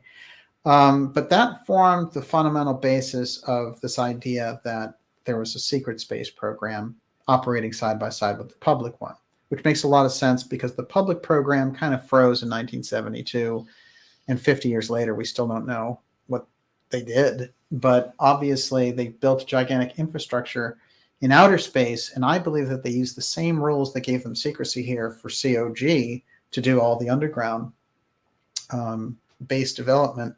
So you have basically a covert government operating there, and then they apply those same rules to space, and then space that we've poured all this money and time and blood, sweat, and tears of a nation into since President Kennedy said we're going to the moon. What happens instead is we don't get any of that. We've spent all of our money on it, and the public doesn't get any interest in it. What happens is it becomes a protected zone for privatization. And so you've got SpaceX, and you have these other groups like Bigelow Aerospace, which is deeply involved in the UFO operation. And these guys are taking a big piece of the pie in all this. Now, one of the things I wanted to point out, since I mentioned UFOs, is this.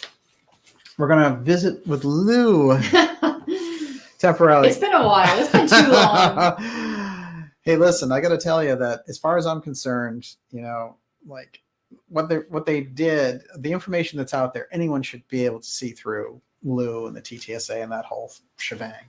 But Lou Elizondo comes out of the TTSA, and he did that whole, New York Times junked up story. And the CIA put this whole thing out there. And he's worked for the CIA for 25 years. And he is basically the key point for a UFO threat operation that they've been trying to pull off in the media, and really just trying to push this. And it's been a hard thing for them to do. I think that they've garnered interest, but they've tried to pirate this in a way, and that there's too many loose ends with it because they have such a shady history with repressing things, especially the Central Intelligence Agency. I have a memo here. This goes all the way back to the Kennedy assassination, which is the CIA cover-up on the secret UFO memo. That goes all the way back there, where 10 days before Kennedy was assassinated, he said, basically, give me all your key UFO cases. I want them all on my desk. And that's written directly to the director of Central Intelligence. And what happens is, they're looking at this and saying, well, what does he want this stuff for? So there's a back and forth. And then Kennedy says, I'm going to share this information with the Soviets so that we don't have any mistaken nuclear launches, so that if they see a UFO go over their thing, they know it's not us. So I'm going to share this. It's like, we're also going to do a joint mission to the moon. So the CIA and the forces inside of that, and we've talked all about this kind of leftover Nazi influence that weasels its way into NASA, and also weasels its way into the Russian space program, by the way. But what happens there is it sets up, extreme peril on their side. So when I've gone back to the key interview that I had with Douglas Caddy, who was the Watergate lawyer, his best friend was E. Howard Hunt, who was the CIA super spy. And when he asked him before he goes to prison during the Watergate debacle, when he asked him before he heads off, he says, why was Kennedy assassinated? And E. Howard Hunt, who was in a position to know in the CIA, says, Kennedy was killed because he was about to give our most vital national secret to the Soviets. And he said, what was the most vital national secret? And he said, the UFO file. So we need that background. If we're going to look at the things that are happening, even with the press push around the UFO file, and, this kind of like, we're going to take over, and you're going to have to, give us your children, and, you're going to have to report every time and show your papers to go to restaurants. Stuff. This kind of thing in America, like they're having a hard time playing it out. And it's having an easy time in Australia, unfortunately, but I don't think that's going to last too long either, especially if Americans will spotlight that situation. But anyway, here's Lou. And now Lou's been out there. They pushed him with a television show. The CIA has set him up with all these interviews. He's, you talk about UFOs and he's this whistleblower and God, he's risking everything, except he says, oh, I have an NDA where I really can't tell you anything. So the narrative is very absurd. But remember that he worked for the Drone King, John Brennan, and he also worked for James Clapper. So he's at a very high level of, as an intelligence kind of a dirty operator for some pretty big, powerful pieces. So the Hollywood Reporter has it. Lou's got his new book, and you know what? He's got an HBO bio special, baby. And you know who's written it? Leslie Kean. Hey. And Kean is another really interesting story. We just passed the 9/11 anniversary, and Leslie Kean, of course, is the niece of Governor Thomas Kean, who led up the 9/11 Commission and the Kean Fish family and all of that, going back, that those very deep elite political tracks are there. And it's an interesting thing. It's a mixed bag with her, but I think that because she did an interesting book on the military and UFOs, and she had been the partner of Bud Hopkins, which she never mentions Bud Hopkins anymore. Have you noticed that? It's like the ultimate thing you can't say. Right. Bud Hopkins did all of the abduction research. I'll hypnotize you and capture your memories of this abduction you had. And so many people came to him, and he opened the whole thing up. And that's how John Mack, got into this and said, wow. So, it's hard to say where people's motivations lie, but Leslie Kean is the #1 promoter of this guy. I guess that tells us a lot about where she's coming from. And he, simultaneously with a few other major CIA figures, some really high-ranking CIA figures, came into the UFO field and just co-opted half the field. So none of those people anymore say, oh, the government's lying to us. They're all like, looks like the CIA is on the job. Can't wait for disclosure, boys. So it's a really, that's a real high level of, when you really think about that kind of psychological manipulation in the context of trying to get to the truth of a question as big as the UFO file, it's remarkable that it's accepted, and I think it should be called out. So anyway, the former head of the U.S. government's secretive UFO program will pen a book for HarperCollins. So you get pretty, the CIA, this is what they do. They can set you up with a major publisher, and they can give you your own show, and they can back you in this fashion. But the question is, we who have watched the development of that story and pointed it out from the beginning, just like the humiliating DeLong spectacle with TTSA, and that company just, it's not out of business, but they're there with a $50 million debt just sitting there after having really gobbled up all of this oxygen in the UFO field for the last 5 years and produced practically nothing. And everyone says, well, they got it in the New York Times. Well, if the CIA is using the New York Times to push a UFO threat, what's the point of getting it in the New York Times? I'd prefer to have it in some, obscure website than that. So I don't understand the priorities of the people around the field. I think there needs to be a split in how people operate with that. And I think that the study of the UFO file includes all the real cases and has nothing to do with the CIA and the whistleblower and the Hollywood movies and all this stuff. So I think that should be really clear. Everyone, you're watching the Dark Journalist program. I just interrupted Olivia's question. Back at you. Okay, I have a lot of questions, basically, which are the same. Blazon River. I think I warned us long ago about this, so it has been around at least that long. After World War II, who really had/took control of the U.S. government? And Man in the Mirror says, do you believe the CIA are working with aliens, or are the aliens? Just curious your take on this. You got to look at it. You do. If you're a reasonable person, you have to look at the possibility that there are high-level, high-ranking individuals inside of the intelligence structure, the deep state structure of the government, and who have direct communication with off-world civilizations. It has to be explored in thought. I believe those things have taken place. I don't know how consistent they are, but I think we've been approached on several occasions. One of the most obvious being the stories about Eisenhower being approached. And I believe that if you were an off-world civilization looking at America in the 1950s, you probably thought we were going to have a nuclear exchange. And so you would take it, maybe expose yourself a little bit more than you would have previously.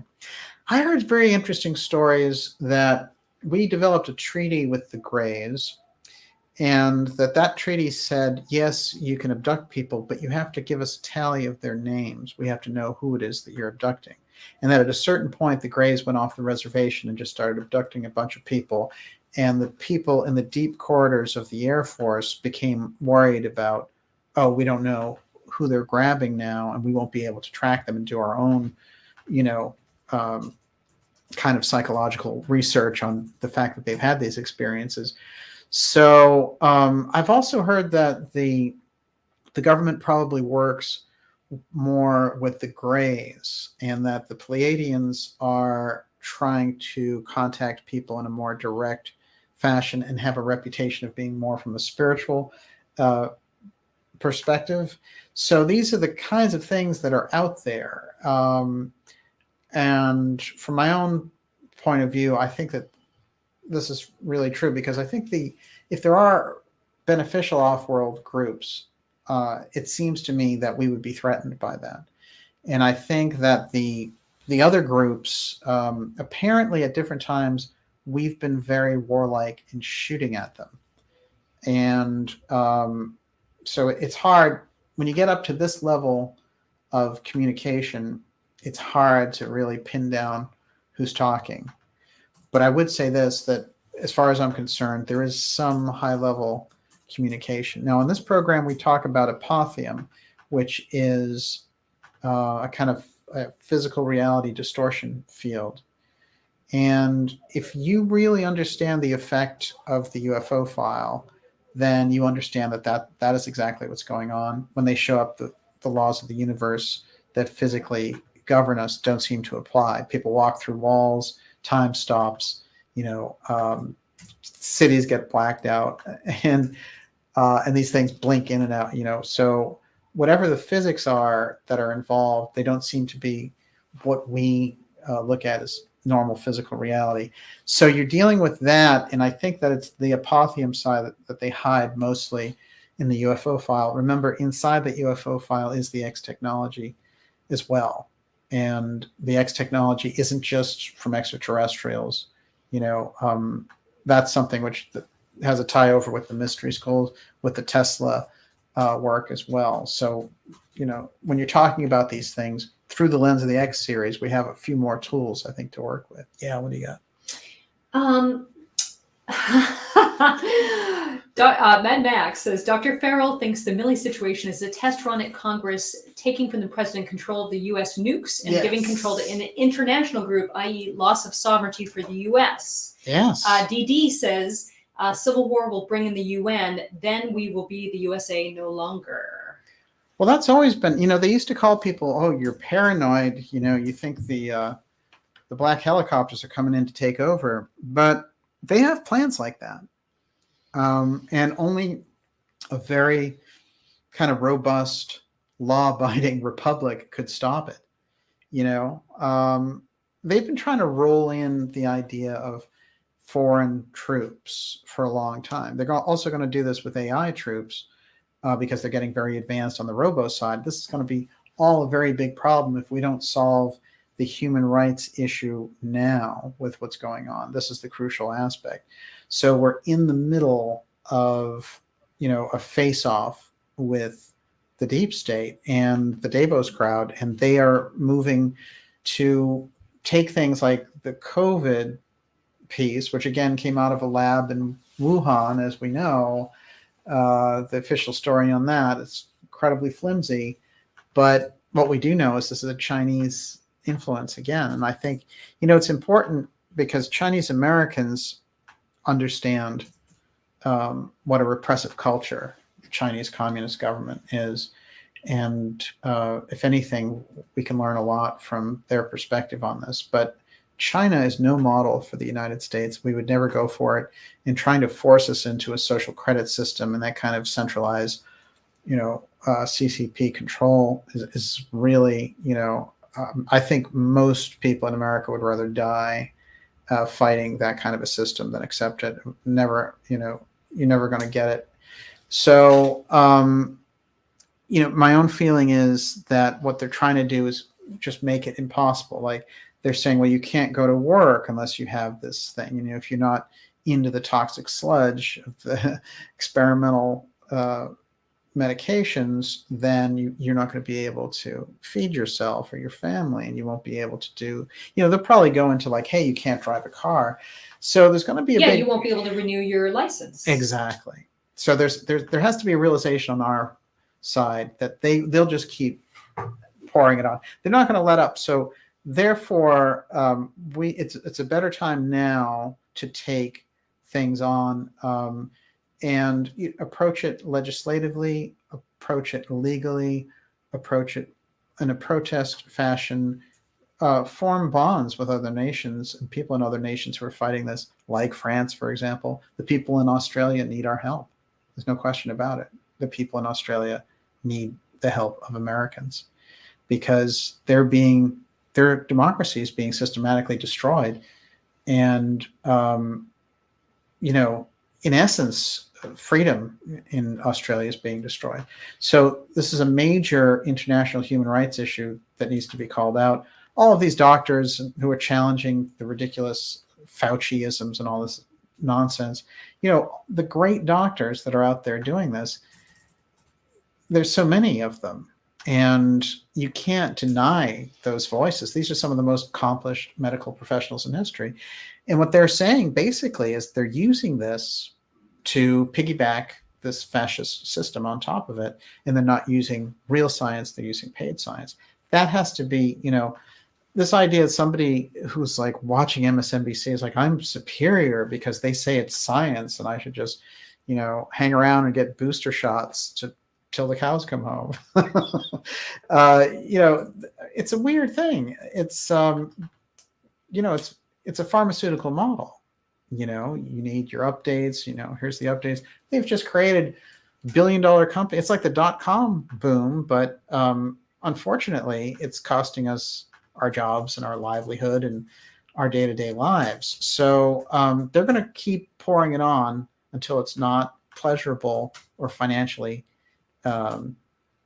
pleasing to them. So fundamentally, we have to make it uncomfortable for them to do this. And I've seen when we do stand up and people do collaborate with ideas and we are sharing this information, things change, the conditions change. And when I look at this group, I think to myself, they are just the type to pull some kind of a false flag to get even more power than what they're doing. So I think it comes down to a very steady, consistent, persistent, long-suffering approach.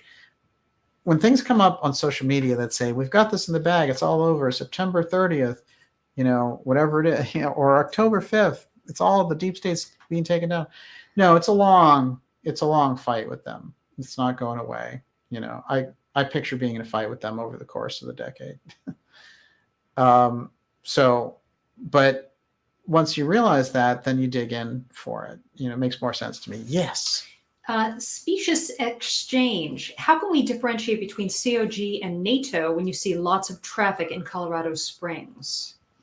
That's a good point. Milley was in Colorado Springs in that very secure bunker there fairly recently.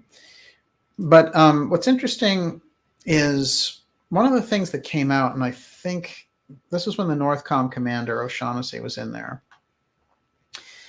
And this is what I think got him fired, truth be told. What he said was, I am going to tell you that there are so many visitors here at this bunker that you'd be surprised. And I'm not sure we can handle them all. So that was a very weird thing for him to say. And it put us all, it set off a series of strange questions like, what is he talking about? Who is visiting there?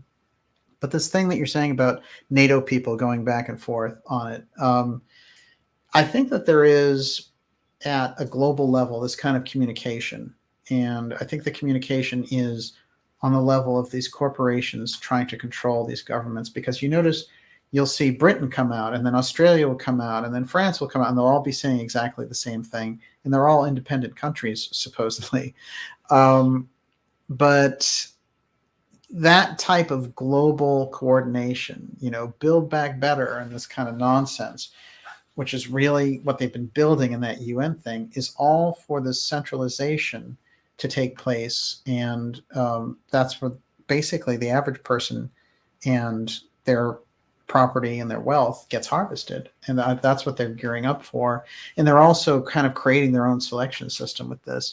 So we're in a very tough period of time. I think what we can say is that the voices are coming forward more and more. And when we see that, we see a tremendous ripple in the thing that these people are trying to do. So it's very simple. I mean, there's a war there. This is what Catherine Fitz has pointed out. There's a war taking place between these forces, the centralization force, which is trying to squeeze humanity, and the people on the ground. So we're right in the middle of it, reporting it. And that's why I think it is crucial. We have the ability now to talk about these things and bring the situation through these different channels to a good place. And so while we have the tools, just like that whole Cash Friday thing, and it's Friday, I hope you're using cash, cash, use it or lose it, right? If you want to have a cash system and not a digital system where they can shut off your money, if you don't say the right thing, they're like, you can't buy pizza anymore. That's where they're heading. That's where they're going.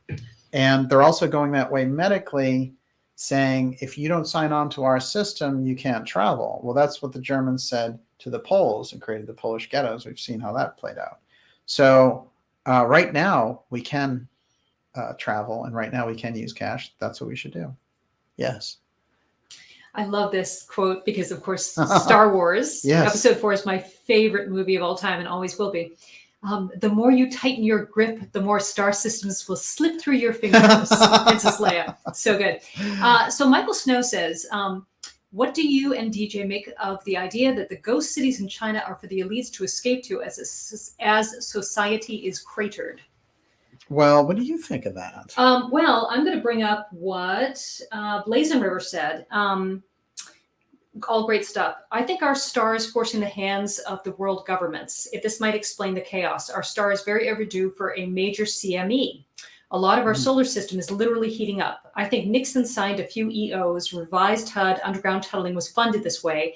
How many could realistically be housed underground? Georgia Guidestones seems we are being conditioned for very limited food supplies. Pandemic might be a part of this. This is a very good, complete understanding of what we're seeing here. That's really great. Really fantastic. Here's the thing.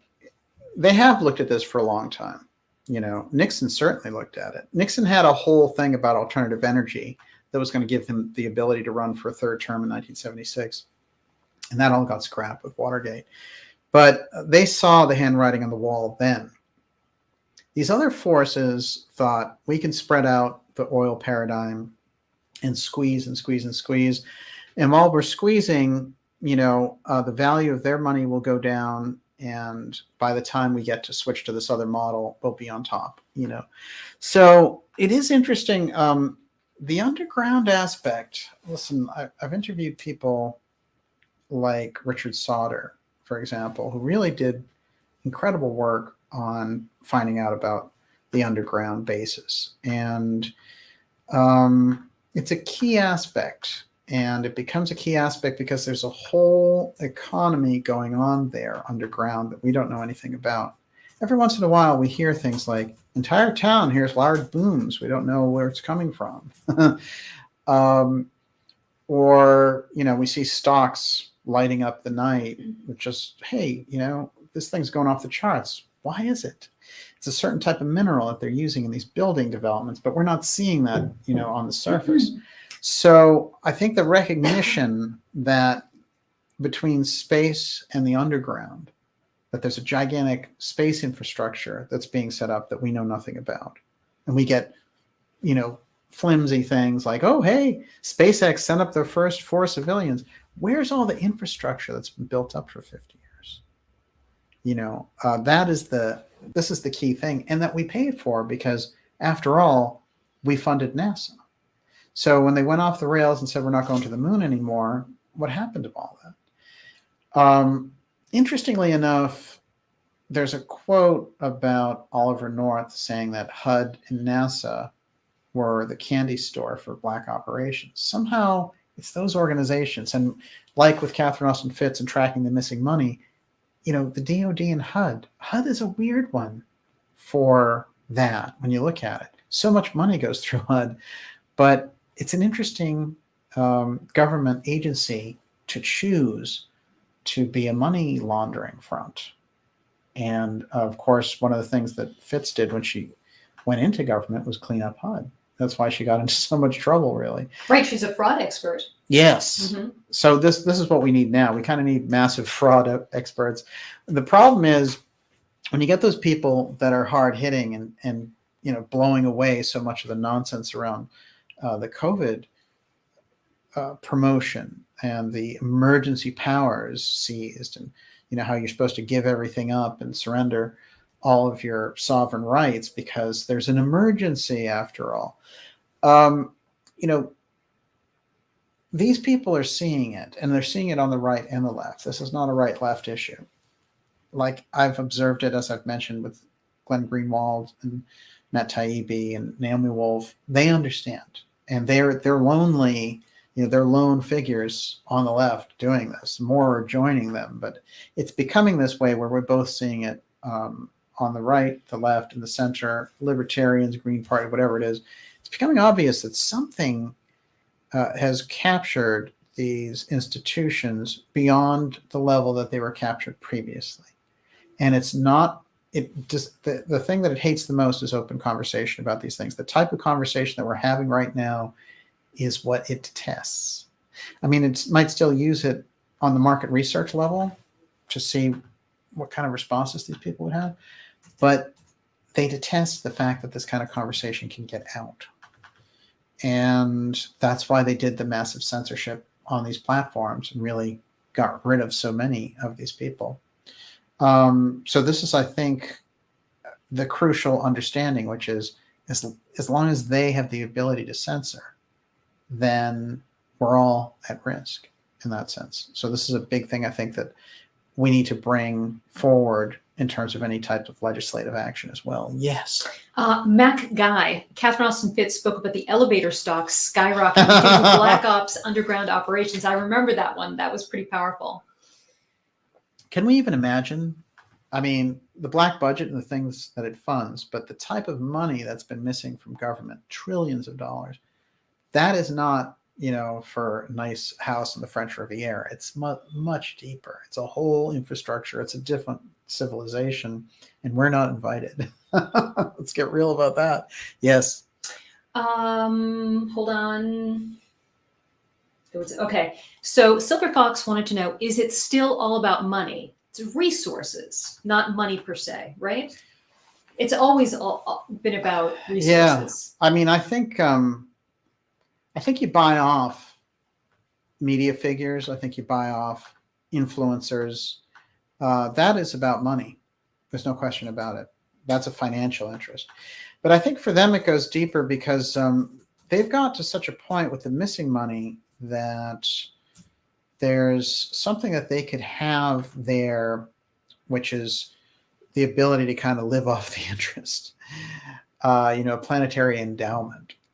So they're going now for shutting down different types of possibilities for other people to rise. And they need to consolidate groups against groups. And I think a really big problem is America, because we've seen with Canada and with Australia, like fantastic people not having the tools to fight back against this machine that has caught a lot of those nations off guard. America has something like 3 guns for every person. So like it or not, it's a much harder, physically much harder to control. Not that they wouldn't try, but I think the fundamental essence of America is set up around a constitution. It's set up around the idea of freedom. It was throwing off King George. That's the DNA. It's hard to splice that out. I've talked about this before. They've done this trying to get rid of that whole 60s spirit as well, the idea of freedom, kind of boxing up Bob Dylan's past or these other bands and trying to get rid of that whole thing. I find that fascinating because for me, it says they want that to be kind of like a museum piece. They don't want that essence of freedom out there as an idea that somebody could pick up on. The book 1984, it's a hard thing. It sticks in their craw. They don't know how to get rid of it without appearing like the fascists that they are. Yes. Specious Exchange again says global mineral assets ties into global financial repository or off-world favors to friends. Well, this is the interesting thing because what are they doing with we've talked about there's asteroid mining, there's space tourism, there's all sorts of things associated with outer space that come in handy financially. But there's so many things that they know about space that we don't know about, that we're playing a really tough game here. And this has to do also with our oceans and with Antarctica and with experiments like CERN. We are in a phase where humanity is being left out. Let's say in the 60s, the space program was calling all Americans to kind of, be a part of the space program and all the rest. Now everything is just behind this wall of secrecy. So it sets up a psychotic, it's schizophrenic dynamic that goes on between the public and the leadership.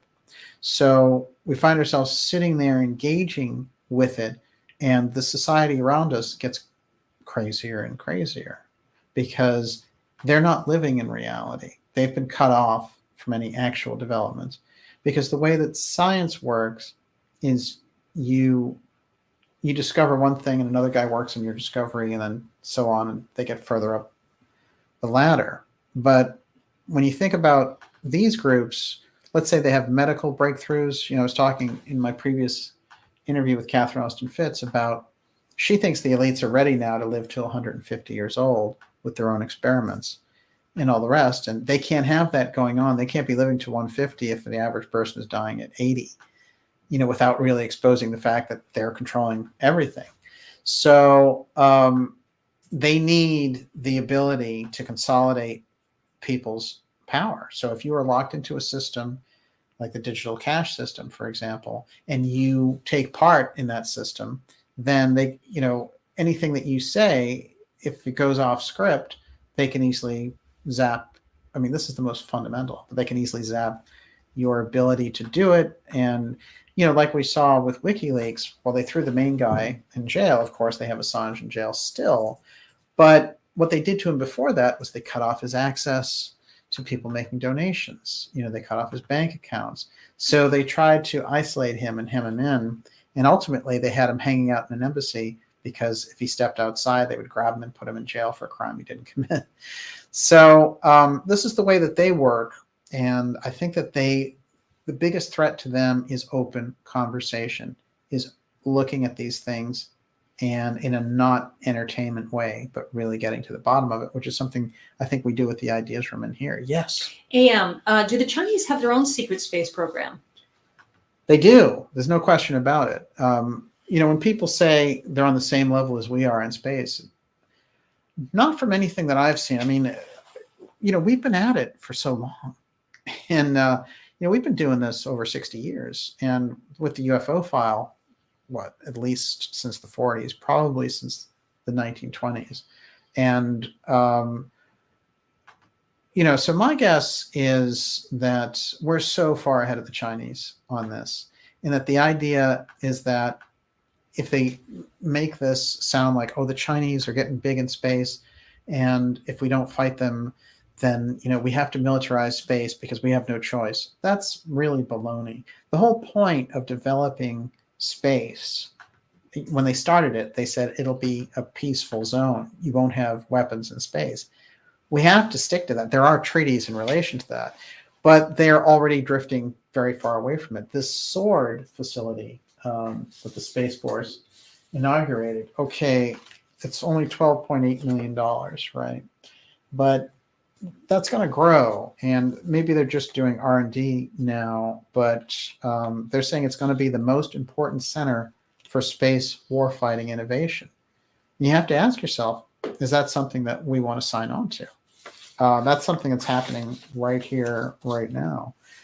And I'll just read this real briefly because I forgot to read it before, but it's the U.S. Space Force opened a new state-of-the-art facility under the command of the Air Force Research Laboratory, which looks like it's going to become one of the most important centers for space warfighting innovation.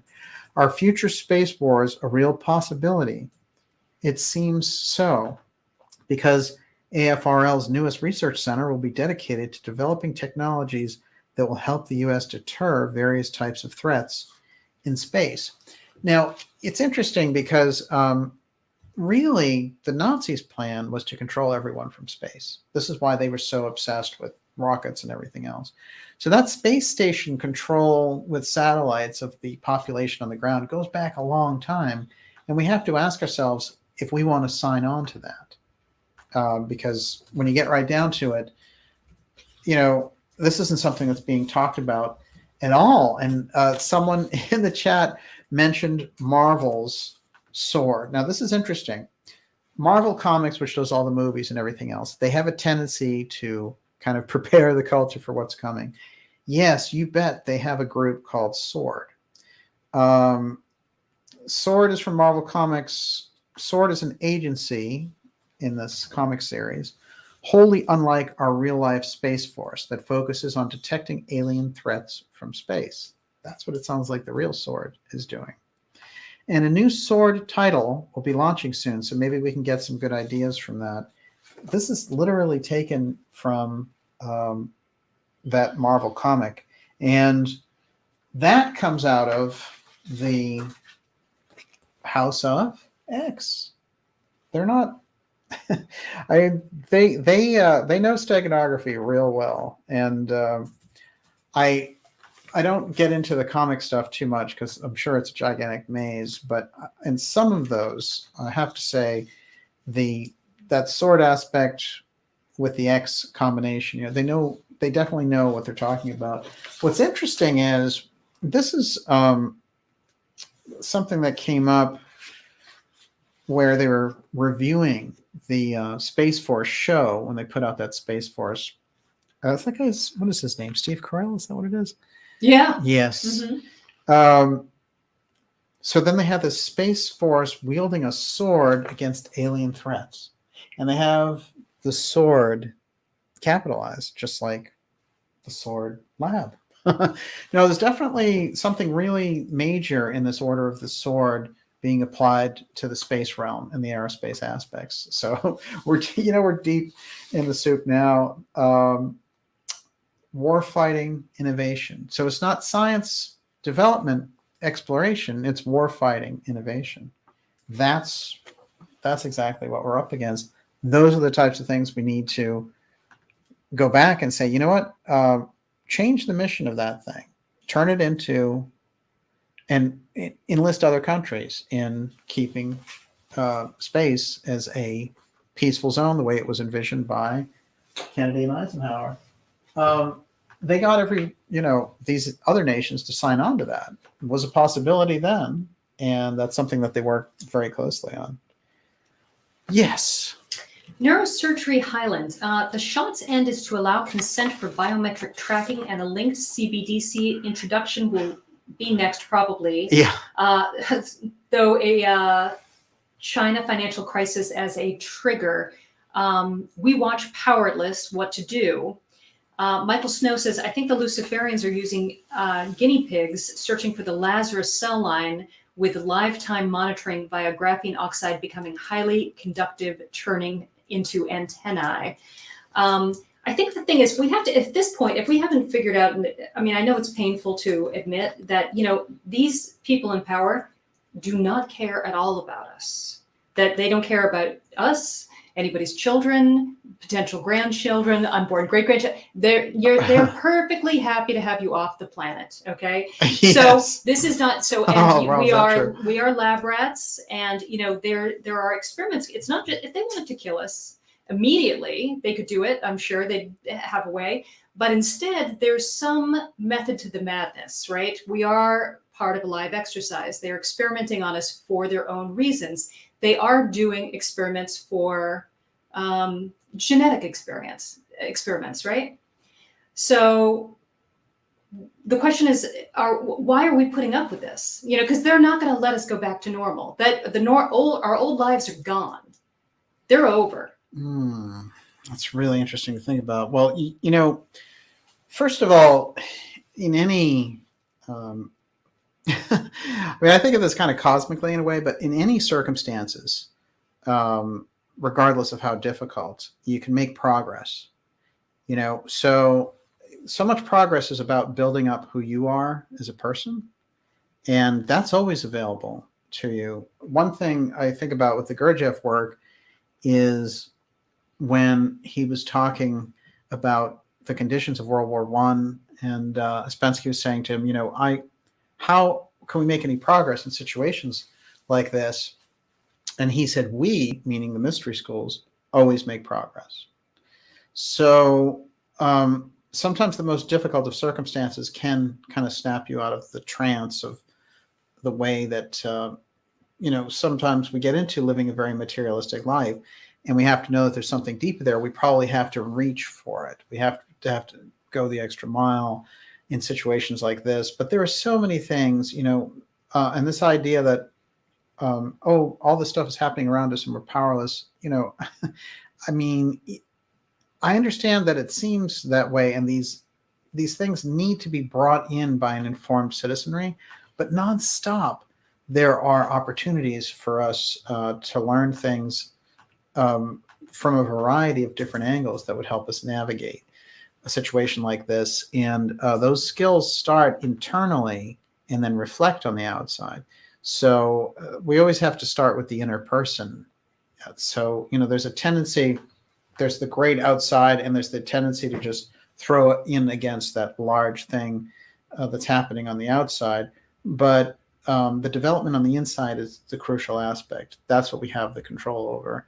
And that's why so much of the work that we do in the X series, it's not just looking at the deep state. And again, even the analysis that we do around the deep state can't be just flat political analysis enough to get us enraged. It has to be something where we can understand the structure better mentally first. So there's that aspect. But then, when you look, for example, at the history of the things that we talk about, like the mystery schools, and a number of different things, you were talking about near-death experiences, there's a wealth of development, even under these difficult circumstances, taking place. And I don't think there's nothing pessimistic, that can be totally the correct way to look at things. This is a very difficult, when I opened the show, I said we have to remember that word, long suffering. I don't believe in a lot of the things that come up online saying, just wait those 2 months and everything will be hunky-dory. I don't think so. I think it's a real long, drawn-out piece. And I do think that aspects of their narrative that they've laid on us, the kind of medical control, the bio-fascism, I think that those types of things can collapse. And I think that we're all in this room, this ideas room, talking about that. And we can all feel that a lot of their narratives, in fact, could collapse. So it's a day-to-day experience. But, where does your intuition come in? This is a Gigi Young thing. Gigi would bring this forward. It's your intuition that's your radar about where you should go and what you should be doing. So I don't think I'm always the tendency to get overwhelmed. I can certainly appreciate, but I don't like the pessimism doesn't allow for possibilities to enter.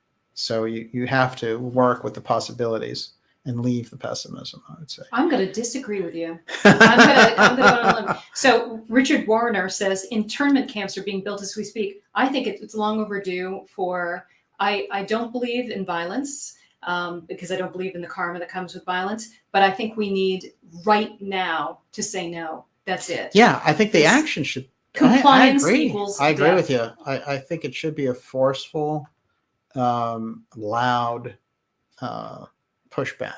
No question about it. I actually 100% agree with you on that. Everyone, no one's surprised. Everyone, you're watching the Dark Journalist show. We're here going deep on X-108. It's a fantastic crowd tonight with great questions there in the ideas room. And it's great to see so many of you out there. We're going to be taking a few more questions.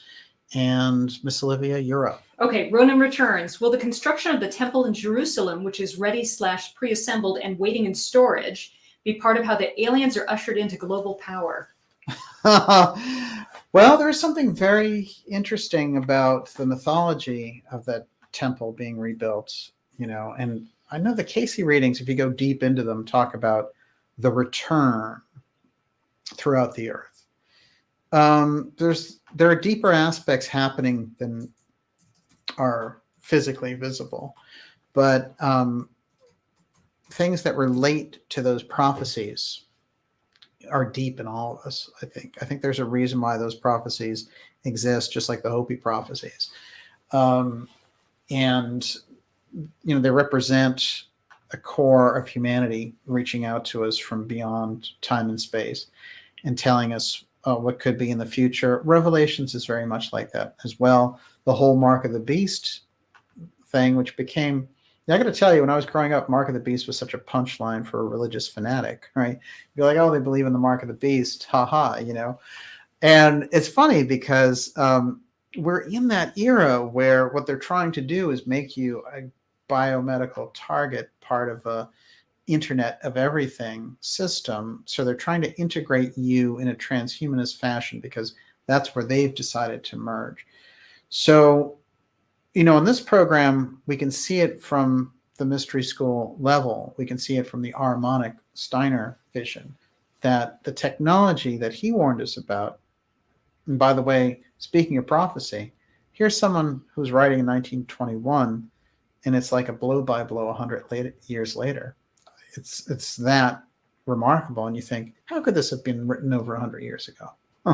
It's because at a certain level, there is no time, and these things, when you get up to that level, which we should all aspire to, give you that vision, that ability to see. So the Ahrimanic force and the scientific materialism around it that we've been engaging with the hypermaterialism and the destruction of the spiritual impulse and the kind of degradation of the culture, is something that we have to face and overcome. That's the message of anthroposophy and theosophy. And I think what they have in common is, they see that there's a clash coming. And I think that Steiner illustrates it really well because his language is, the war of all against all. He's not kidding around, and he's not soft pedaling it. He's saying it is going to be a massive battle for, the development of humanity. And it's the spiritual integration process. What the Ahrimanic forces want to do, if you look really at the Steiner cosmology, is stop the natural flow of evolution. So the natural flow of evolution would have us develop spiritually and then create New Jupiter, which is like New Jerusalem. And it's a higher kind of Garden of Eden. And the Ahrimanic forces like harvesting humanity. So they want to give them an artificial step, which is the 8th sphere. They want them to be, they want those souls tricked into this 8th sphere environment. So that's speaking on that mystery school level. We have to understand that these things are in play, just as we're seeing on the surface, like a situation like General Milley, which is like a day-to-day thing. There's multiple things in play here, and those conditions change spiritually, I think. Everyone, you're watching the Dark Journalists X Series 108. We're going to be taking a few more of your questions. And Miss Olivia, you've got the comm. Fuber Fighter. Perhaps what they are looking for is the remaining DNA of those who have previously resisted them. That's my gut. That's really good. Well, look, there is definitely a DNA harvesting identification program going on. And if you look back through that, you find that there are different groups that have this kind of signature that relates either to Atlantean times. Casey identified the Basque, for example, as being offshoots of the Atlanteans. In different types of groups, whatever I'm open to the different theories along that line. Some of them have said, well, they're looking for hybrid alien things. There's certainly some program that goes beyond just here's medical tyranny for you, and we're going to control you through medical tyranny. And it wants to control the essence of who you are. So it wants to control you from a spiritual, like a psycho-spiritual level. It wants that control of who you are. That's why I think the whole Steiner examination of the eighth sphere aspect makes a lot of sense, because when in Steiner's mythology or cosmology, you go into the eighth sphere, you're not aware that you're not going on the normal evolutionary track. They've set up a false fork in the road, and you are the idea is that you go into the system, and again, this system involves reincarnation and things. So the idea ordinarily is humanity would go through this normal phase of reincarnating after having these experiences in different realms through the different planetary systems. And so that process gets interrupted, and instead it goes into this eighth sphere process and then comes back to the earth. And that person who gets reincarnated on earth doesn't have the spiritual enrichment from going through the normal steps of that evolutionary process. So there's a deeper, when you go into it, there's a deeper reason why these things would be happening. In religious speak, you could say, the devil needs, humanity's worship or whatever it happens to be. But there is the description here, I think, in the mystery school literature of something that can help us to see, just like, when you're looking at World War II, on one hand, you think to yourself, here come all these Russians running into German tanks, right? And it's going to take just the sheer number, some of them on horseback. And so physically, it's an amazing thing to behold. We can only imagine. But on that deeper level, on that kind of psychic level, can you imagine the vision of what's taking place there? So there's a secondary factor that I think we can be aware of when we explore these questions. Yes. Flesh Gordon, is the eighth sphere basically the Borg cube ship? That's a good way to look at it. I think the eighth sphere is illusion. So I think what they do is they give you the illusion. You know how there are so many things now that try to resell you your own emotions. So they try to kind of trick you into a complacency that, like, oh, the earth is a degraded place, and so you can feel at ease being degraded yourself too. So they feed off of this, be super materialistic and be very gratification oriented. So that's a way to slowly make you more malleable, easier to manipulate. And so the entire culture has been set up like that for a long time. And, I think we have tremendous entrainment forces and subliminal forces now that take place. I think when we look back at the culture in the 70s and 80s, it was a little bit different, because I went back and, from time to time, I'll look at a series of commercials from that era to see what kind of entrainment is going on there. And they certainly have entrainment. But the culture is a healthier culture in this, and that they don't have this need to go after humanity in a negative fashion. They're trying to, create like a a really marketing friendly reality where you don't think too deep, etc. But they don't hate humanity. The groups that are in charge now hate humanity, and they hate humanity with a passion. And so we're up against that. I think their entrainment is all about taking humanity down a level. So this is the nature, I think, of the situation. Yes. Frank Kessel, there is a new bill to allow foreign forces and troops to be used on Australian soil. This law will allow foreign troops and foreign police forces to be used on Australian soil against the Australian people.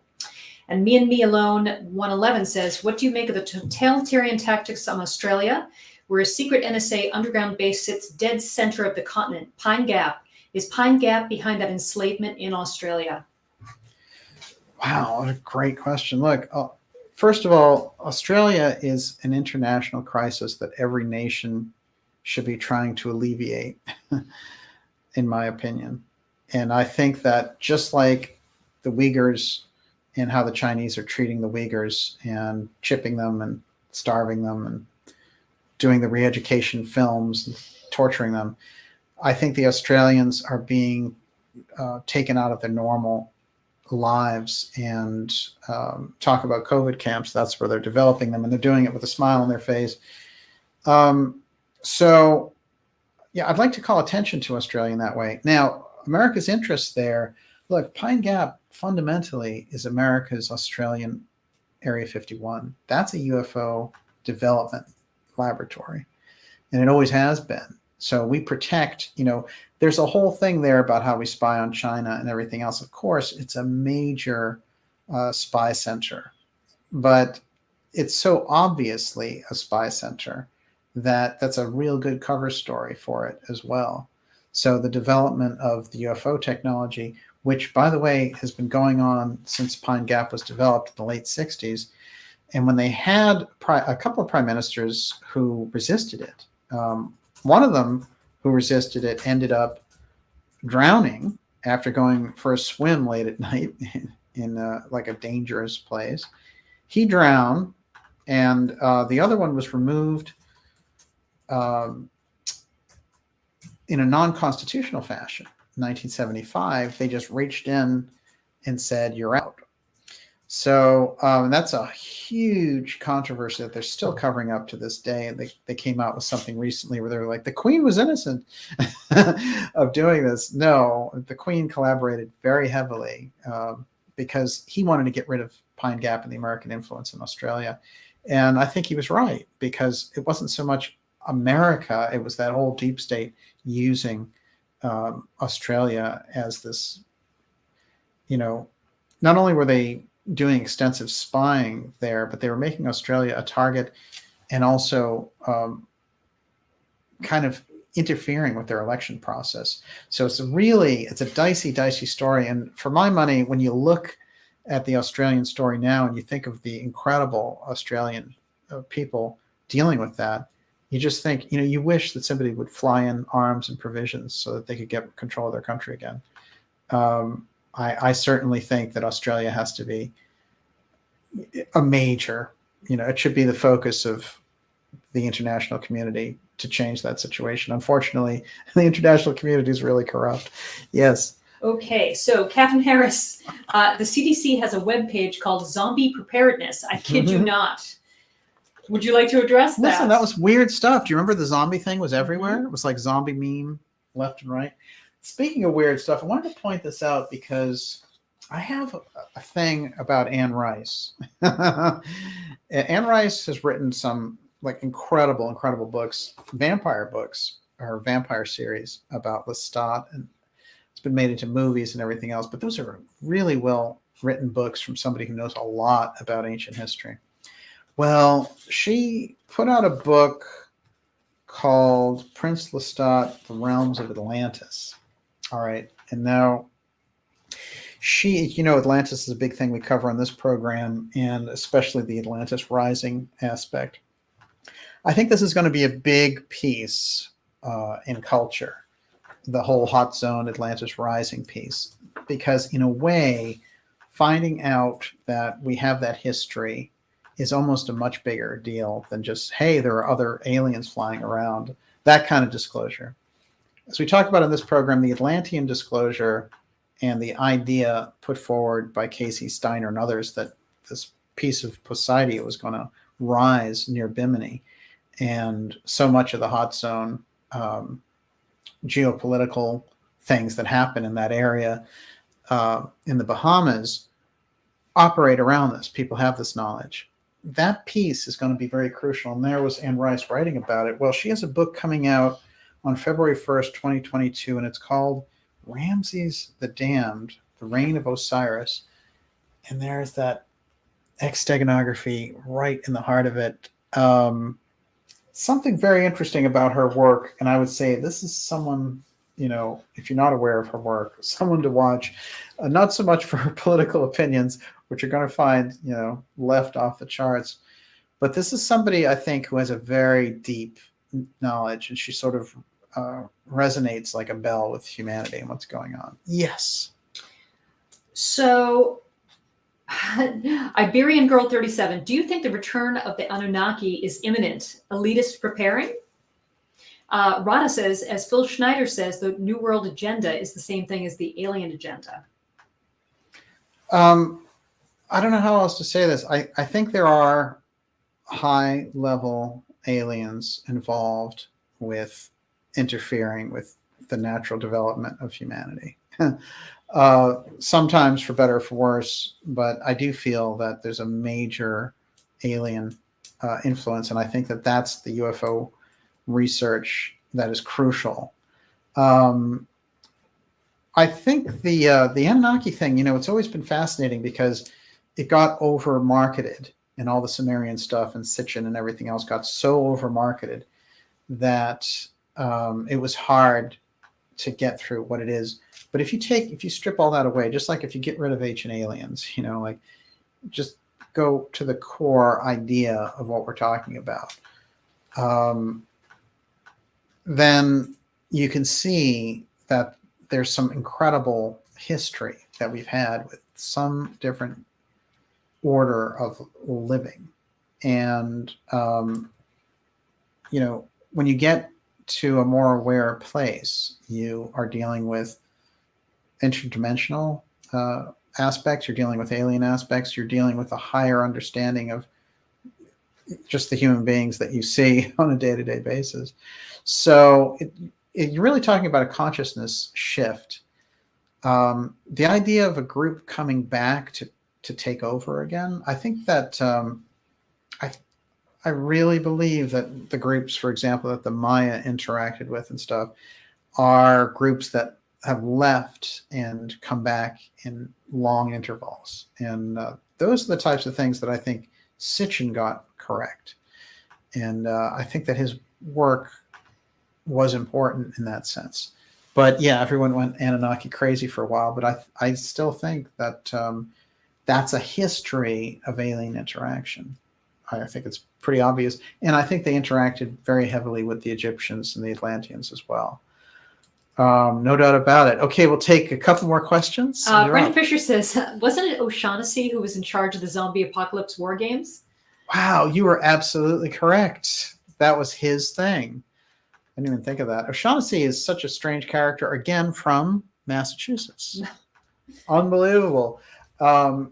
O'Shaughnessy came out during that whole thing, and he was doing we're tracking the zombie apocalypse. He also has a strange history. I think I mentioned that he had the strange history of being a part of that Hawaiian nuclear alarm that freaked everyone out.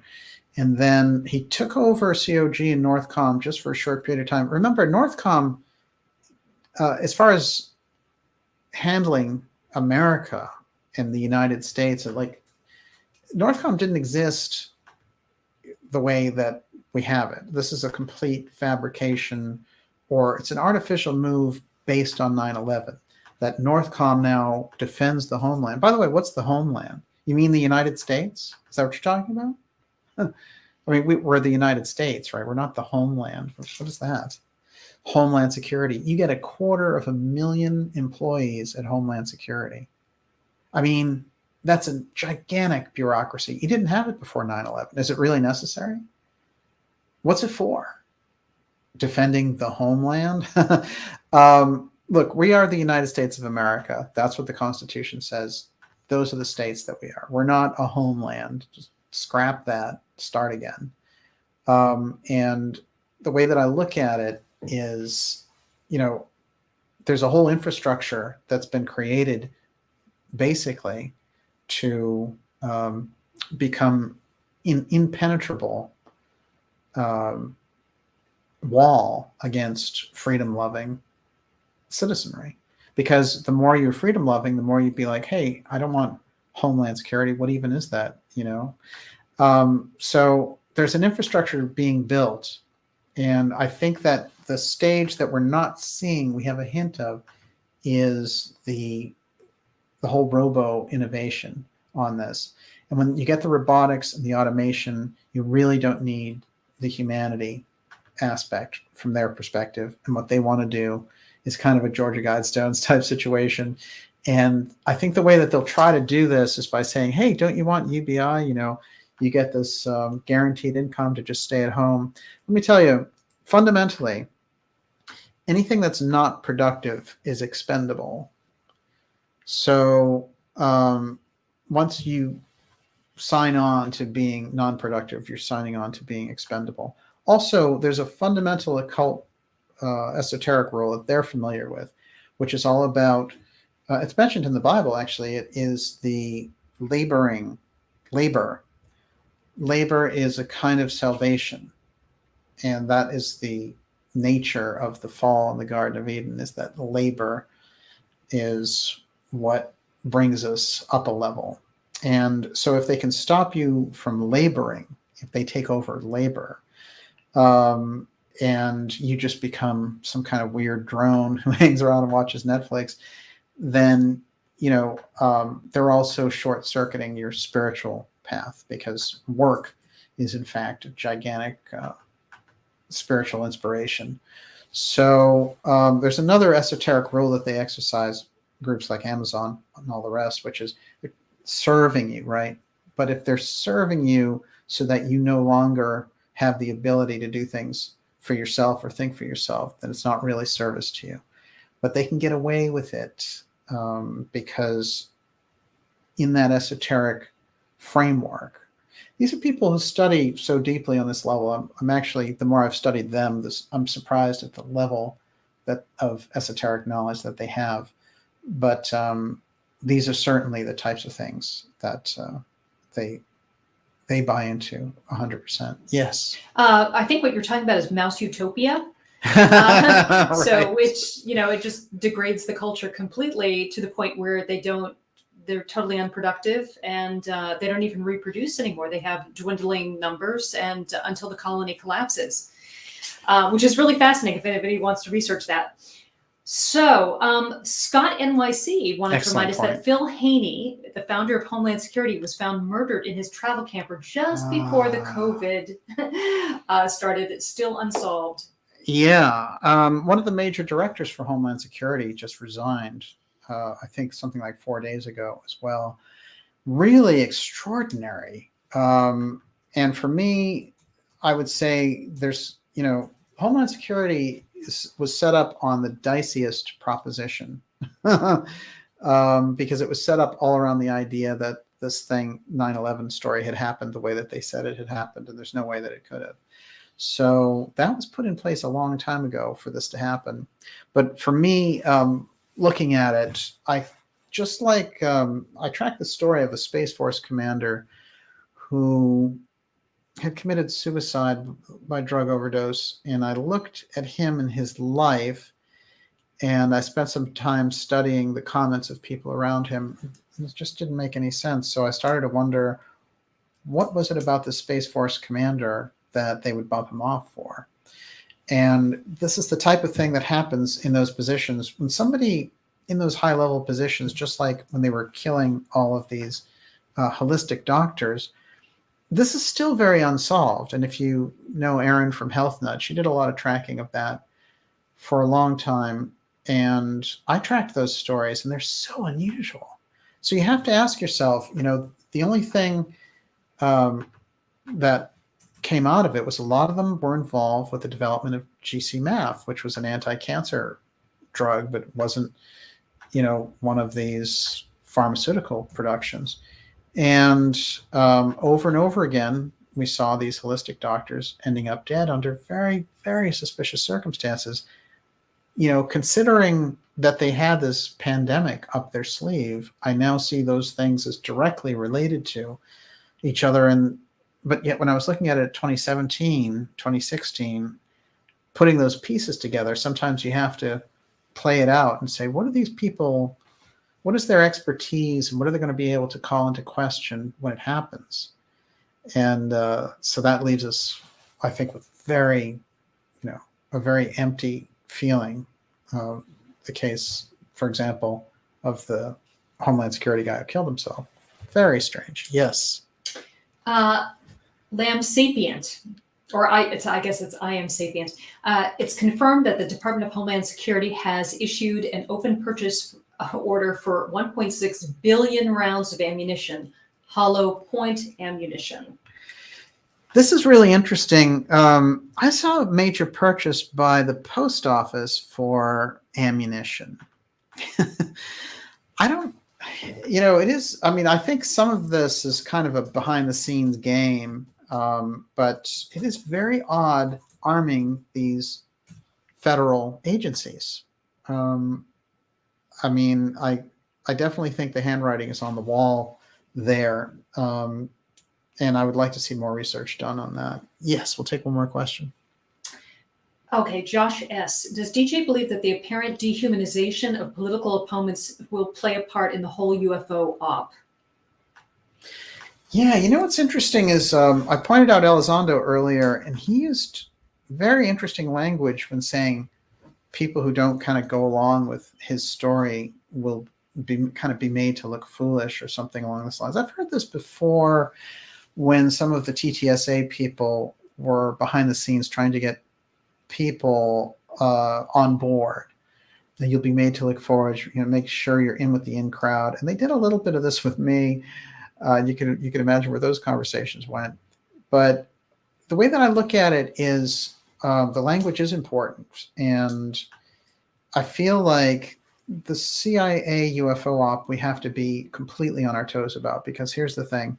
If you think the COVID op was something else, wait till the UFO threat op is done. These people, they've put into place such a program, and they've done such test marketing around it. And, they try to drill that whole false, look at this Tic Tac on this really bad radar film. They can make that anything that they want to. And one of the things I think that was really brilliant that Chi-Ji Young pointed out in relation to it is that they want to mess with the human origin story. And I think that's where they're going with it. So first it's the threat story, and then it's, we actually owe our lives to these aliens, which completely untrue. Because if you go through that mystery school literature, you can see we have our own kind of spiritual development that takes us through physical realms. So this idea that aliens created us doesn't work. I can see interaction with aliens have changed things at times, for sure. But I think what they're trying to do is create themselves as gods. And I think that the only way that they can do that they've reasoned out that they can do that, is by changing the origin story of humanity. And I think we're seeing a lot of that. But the CIA is just the kind of cynical group to do this, because they have, their kind of psychological geniuses. And remember, one of the things that Elizondo, his main role is as a counterintelligence agent. Translated, he's good at lying.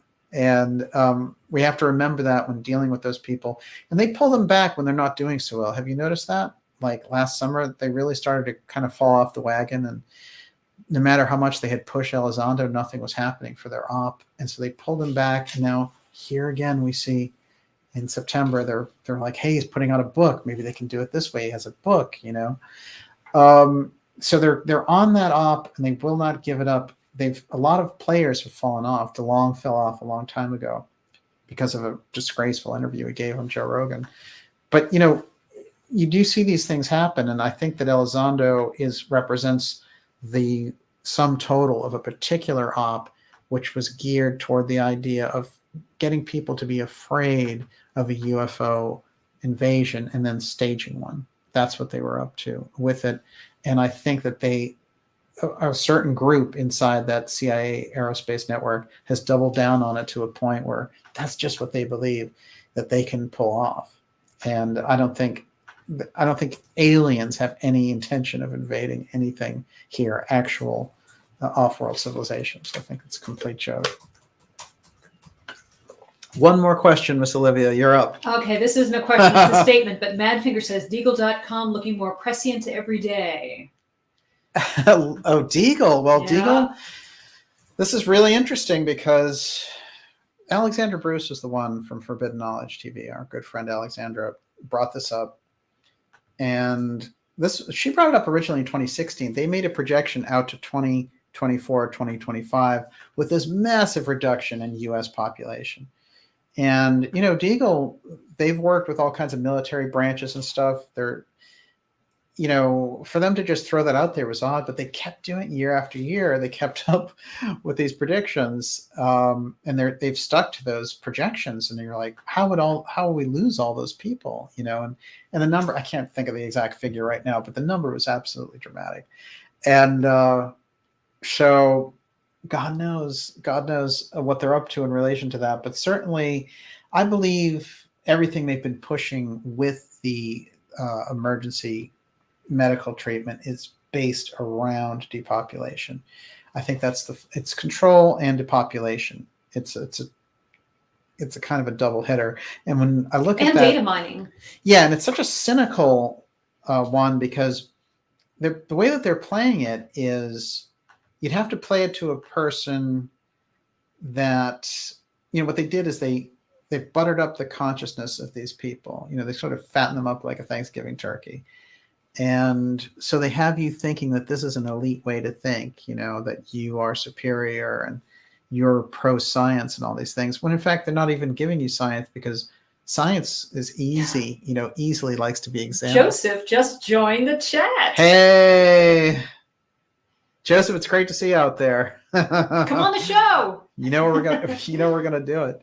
And one of the incredible things, of course, is that Dr. Farrell did an extraordinary dress down of the things that happened with Biden's mandates. And he did an extraordinary job. And I recommend everyone look at that over at News for the Nefarium. It's very sobering. It's extraordinary indeed. All right, Miss Olivia, we'll take one more question. One more after all that. Fuber Fighter says, don't forget it was Australia that went all Mad Max.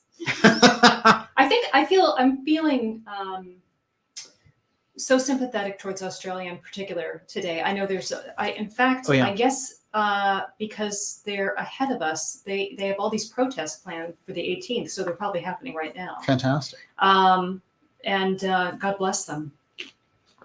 We're going to see a lot more attention on Australia with the incredible brutal treatment that the authorities are giving to people. Are you supposed to wait by your window for an Amazon treat? It's just, yeah, that's democracy for sure. I think what we're going to see is we need indeed to put the focus on Australia as an international crisis, and Americans can take the lead on doing that without the American government. Forget about them.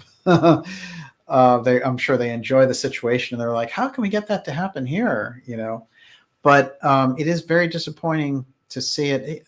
Someone mentioned Vinny Eastwood. That's somebody down there who's kind of like the Australian Alex Jones. And I know they grabbed him at a protest, but he is somebody, I think, that it's, that's a real example of who they want to shut up down there, indeed. But I think he's in house arrest now. Oh, good. Well, that's a little bit better. I'll tell you that I think there needs to be a network of people in every country using Australia as, just putting a real focus on it and getting the situation changed, because it is something really to see. And the reports I'm getting from people who are sending me messages, it's shocking. It really is shocking. But, you know, they're using Australia as the test case. And if they can get away with it there, yeah, it's just going to be rolled out across the globe. There's no question. We can see what's coming. It's the camps that are truly despicable. The camps. They're setting up camps. Yeah. I mean, it's just undeniable. They come out and do commercials on setting up camps, and they're like promos, right? And they're pretending that they're like, we heard you Australians, you know, like you demanded it. You demanded it. Yeah, sure you did. But those are very aggressive, and a lot of the films too. There was a girl who has like a TikTok channel, and she does fluffy fashion stuff. And for some, they were like, "You're working too late, or whatever. It's past 10 o'clock. Are you making a noise? What were you doing?" You know. And she actually has the video of the police showing up their door. I mean, this is, you know, that's a Gestapo state, and you know, we learned the lesson from the Gestapo. One of the interesting things is, you know, during the lead up to World War II, there was this extraordinary conference that was held, and the incredible, you know, appeaser Neville Chamberlain was saying, "Okay, well, you know, I can sign off on the fact of you taking Czechoslovakia, the Sudetenland," and he comes back, and you know, they have him waving a piece of paper at the airport saying, "We won't have a war with Mr. Hitler," and it's amazing because the personal notes that someone, I guess Hitler's aide, took was, "Wow, you know, our enemies are weasels and they collapse so easily," and it emboldened that type of fascist activity. So, if anything, just like the March on the Rhine, you know. There's a wonderful book that JFK wrote called Why England Slept, which I think applies very much to us now. And he wrote it actually when he thought he was going to be a journalist before his older brother died. And it has a lot of great insight in it, but it says essentially that they could not see through the illusion of their kind of comfortable everyday lives, even with the darkening clouds of war forming right over them. And that if they had acted sooner, then the early aspect of the war would have been completely different. So we can take that, I think, and I would recommend that Why England Slept as an excellent read. One more question, Miss Olivia. It's gonna be mine. It's my comment, and I'm just gonna say, yes, this is gonna continue as long as we allow it to continue. And that's there are so many more of us than there are of them. We are allowing this. And I know it's scary. No, everybody wants to be comfortable. Nobody wants to get dirty. Nobody wants to die. They don't want to endanger themselves. It is totally frightening. But the fact of the matter is, we can see where this is headed. And it's just headed to death camps. I'm sorry, I'm not holding back anymore. And that is terrible. So there is just no reason. We need to stop it now. Absolutely. No, I 100% agree. And I think that it's at a stage where you can stop it without dying. Yes, exactly. That's why it needs to be done now. That is exactly, I'm on exactly the same page. And, you know, I think what we're starting to see is people from all different walks of life, different types of, someone wrote me from a show, and, you know, a lot of the feedback that I'm getting myself is from people I haven't heard of or from before, and it's extraordinary. I think there's a very coalescing feeling that's in the air on all this, and so the more that we spotlight it, the more we bring it forward, the more we sort of make the issue fundamentally about freedom and rely on the Constitution, which, remember, all of these officials swear an oath to, from judges to presidents and all the rest. Or chairman, as it were, with Biden. When we're looking at this, we have to remember that we still have these things on our side, and we should use them while we have them. So that's really, I think, the key takeaway from all this, along with the fact that General Milley is involved with COG and the UFO file. We can take that away too. Everyone, it's been great to have you here. This has been X Series 108, and we've gone deep on General Milley, the UFO file, and the CIA UFO op, as well as the strange continuity of government activity and the Order of the Sword. We'll be coming back to you next Friday, and want to remind you to go to darkjournalist.com and sign up for the newsletter that keeps us in touch. And that's really kind of a crucial thing with everyone getting thrown off social media. I also want to point out the great work of Gigi Young. I highly recommend checking out her very kind of spiritual, cosmic musings, but really oh so important right now. The Solari Report with Catherine Austin Fitz, of course. The Giza Death Star with Dr. Joseph Farrell, who we have to get back on the show. So Joseph, I hope you can come back on really soon. And just extraordinary people out there doing extraordinary work, including, as we mentioned, Forbidden Knowledge TV, Alexandra. Cliff High is killing it. Cliff High, yes, is doing some interesting things. So just a lot of really fabulous work being done by great people. RFK Jr. with Children's Health Defense, just extraordinary.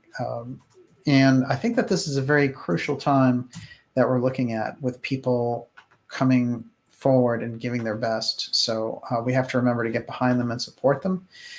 And I'll let you do a big shout out to our super chat. Okay, people. super chats. There's so many. Thank you so much. Okay, Calvin Center, Man in the Mirror, Mark Lane, Eurythmy is Fun, Flash Gordon, Iberian Girl 37, Unconscious Zone, J.K. Chapin, Greg Gonzalez, Jillian Burns, Deborah J. Bush, Hatman, Doreen Hewitt, Occult Fan, Daryl Dothero, Mr. Wolf, John Thayer, Shell Shock, Quanto Zen, Luke Walker, Patrick McGrath, Mad Max, Neurosurgery Highland, Nacrius 3.7, Esoteric Fairy Tales, VJ, Birnbaum Gardner, Claire Cranmer, Thur Mobsterful, and D. Monique Worthley. Thank you so much. Incredible. Wow. We really appreciate your support so much. It helps us to continue to do the work that we're doing here for you and with you. And so we really appreciate that. And to all our subscribers, thank you. We'll come back at you next week. I have two quick things just to leave you with. One of them, which maybe Dr. Farrell can appreciate. I'd love his input on this, but there's been a lot of weird things going on at Wright-Patterson. And I found this weird lecture that General Milley gave at Wright-Patterson in March of 2020, where he was talking to the cadets. I've already mentioned the weird thing where he said, hey, we're going to be fighting little green men. Well, here in March of 2020, he said, we are developing a vaccine in the military, and we hope to have it done soon. I thought that was really unusual because, we know the pharmaceutical companies were doing it for the government, but, a military-specific vaccine in March of 2020, I think this needs some follow-up. But he was speaking to them at Wright-Patterson. Okay, next up, court-martial of Air Force generals scheduled for January at Wright-Patterson. This is the first court-martial, apparently, of an Air Force general, and they're doing it at Wright-Patterson. And then we have that odd report that I mentioned last week about the Wright-Patterson Air Force Base reports of an active shooter, which they couldn't find. So they went back on to kind of normal status. But getting all this stuff out about Wright-Patterson was pretty interesting to me. And I always look at that as a kind of steganography, these groups communicating with each other, of course. But the idea of the court-martial of Air Force generals scheduled for January, of course, we know another person who's looking at court-martial is Milley. And I wondered if this wasn't a message for him. And the last message the last visual I want to leave you with is the group of Haitians and other immigrants coming under this bridge in Texas and walking across with no restraint. This is really interesting. I want to tell you something about Haiti that I've been learning from my own sources there, which is that apparently right now in Haiti, the gangs are controlling the streets. And also that people who want to go for like even medical care or something like that, just are like, it's not worth the risk, so they aren't venturing out.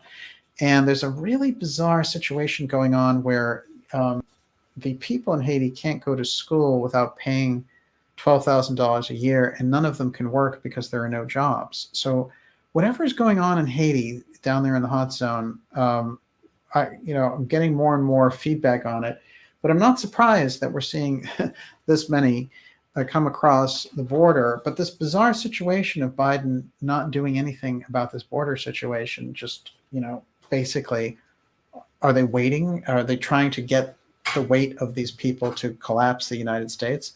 It's absolutely a dereliction of duty. And we have to remember, we're talking about Milley and all of the really unconstitutional things that he did in communicating with the Chinese generals about the positions of President Trump. But let's remember, he just oversaw the biggest debacle in history of us getting out of Afghanistan. And then on top of it, we had Lloyd Austin and the Pentagon admitting that they're killing as many as 10 civilians on the way out, including up to 7 children in Kabul in a drone strike in Kabul. So, Austin should resign. Milley should resign. There should be an incredible press to get these people out. And I'm not sure they replace them with anyone better, but the work that these people are doing is an absolute disgrace. And then, going back to the Drone King tactics of just trying to get one guy and killing a bunch of people, they didn't even get the target that they were looking for. So, we're looking at an administration that is just completely out of bounds. And we need a new one sooner than later. That is for sure, because we're in a real mess with the Biden administration, and Biden is completely checked out. No question at all. And right, he's at the beach this weekend. Goober Fighter says, let's face it, America does not have a government. It has people in places to slow things down and steal as much as they can. The only thing that keeps order is the natural morality of the majority. I would absolutely agree with that. And I think, unfortunately, the majority is so moral that they can't wrap their heads around the immorality of the elites. Excellent point. It's cognitive dissonance. It's really, really true. I guess we'll leave the COG diss right there. Everyone, it's great to have you here. We'll be back with you next Friday with X-109. Or earlier. Oh, yes, depending on what's happening. And but that's going to be a very important show. And we're going to be doing some incredible interviews with you coming up coming up in October. So some excellent shows coming up. Make sure you're on that newsletter. It's a free newsletter, and you'll get it about once a week. And it's just really going to keep us in touch. So I'm going to do a couple of shout outs on the way out here. Najat, it's great to see you out there. Cult Fan, Golden Girl, Scarlet Fire, Metamorphos. I think I just created a new name, Metamorphia. Pretty. Luke Walker, it's great to see you out there, sir. Giza Death Star. Joseph, we're going to talk, and it's going to be really soon. Pontos Fathom Press, great to see you out there. Michelle Eva. I know I saw Chrissy out there earlier. It's great to see you. Golden Girl, Michael Golpe. There's Chrissy. See through the illusions. All is not lost. I agree with you 100%. Mr. Wolf, thank you, sir. It's great to see you. Michael Snow. Excellent. AM. Great crowd tonight. Outstanding questions. Bethany Green. We'll see you all next week. And Olivia, you get the last word. I wanted to say happy birthday to a cult fan. His birthday is on Wednesday. It's Hobbit Day. Unbelievable. Happy birthday. That's great. Well, it's actually, I guess that then makes him a Libra. Is that right? I think that's right. Excellent. Libra is balanced. We know that. Elemental Footprints. Great name. Super to see you out there. We'll see you all next week, and have a great weekend, everybody. Thanks so much. Stay strong. God bless. Metafaith. It's great to see you. Have a good night. And it says end broadcast, but after all, it never really ends.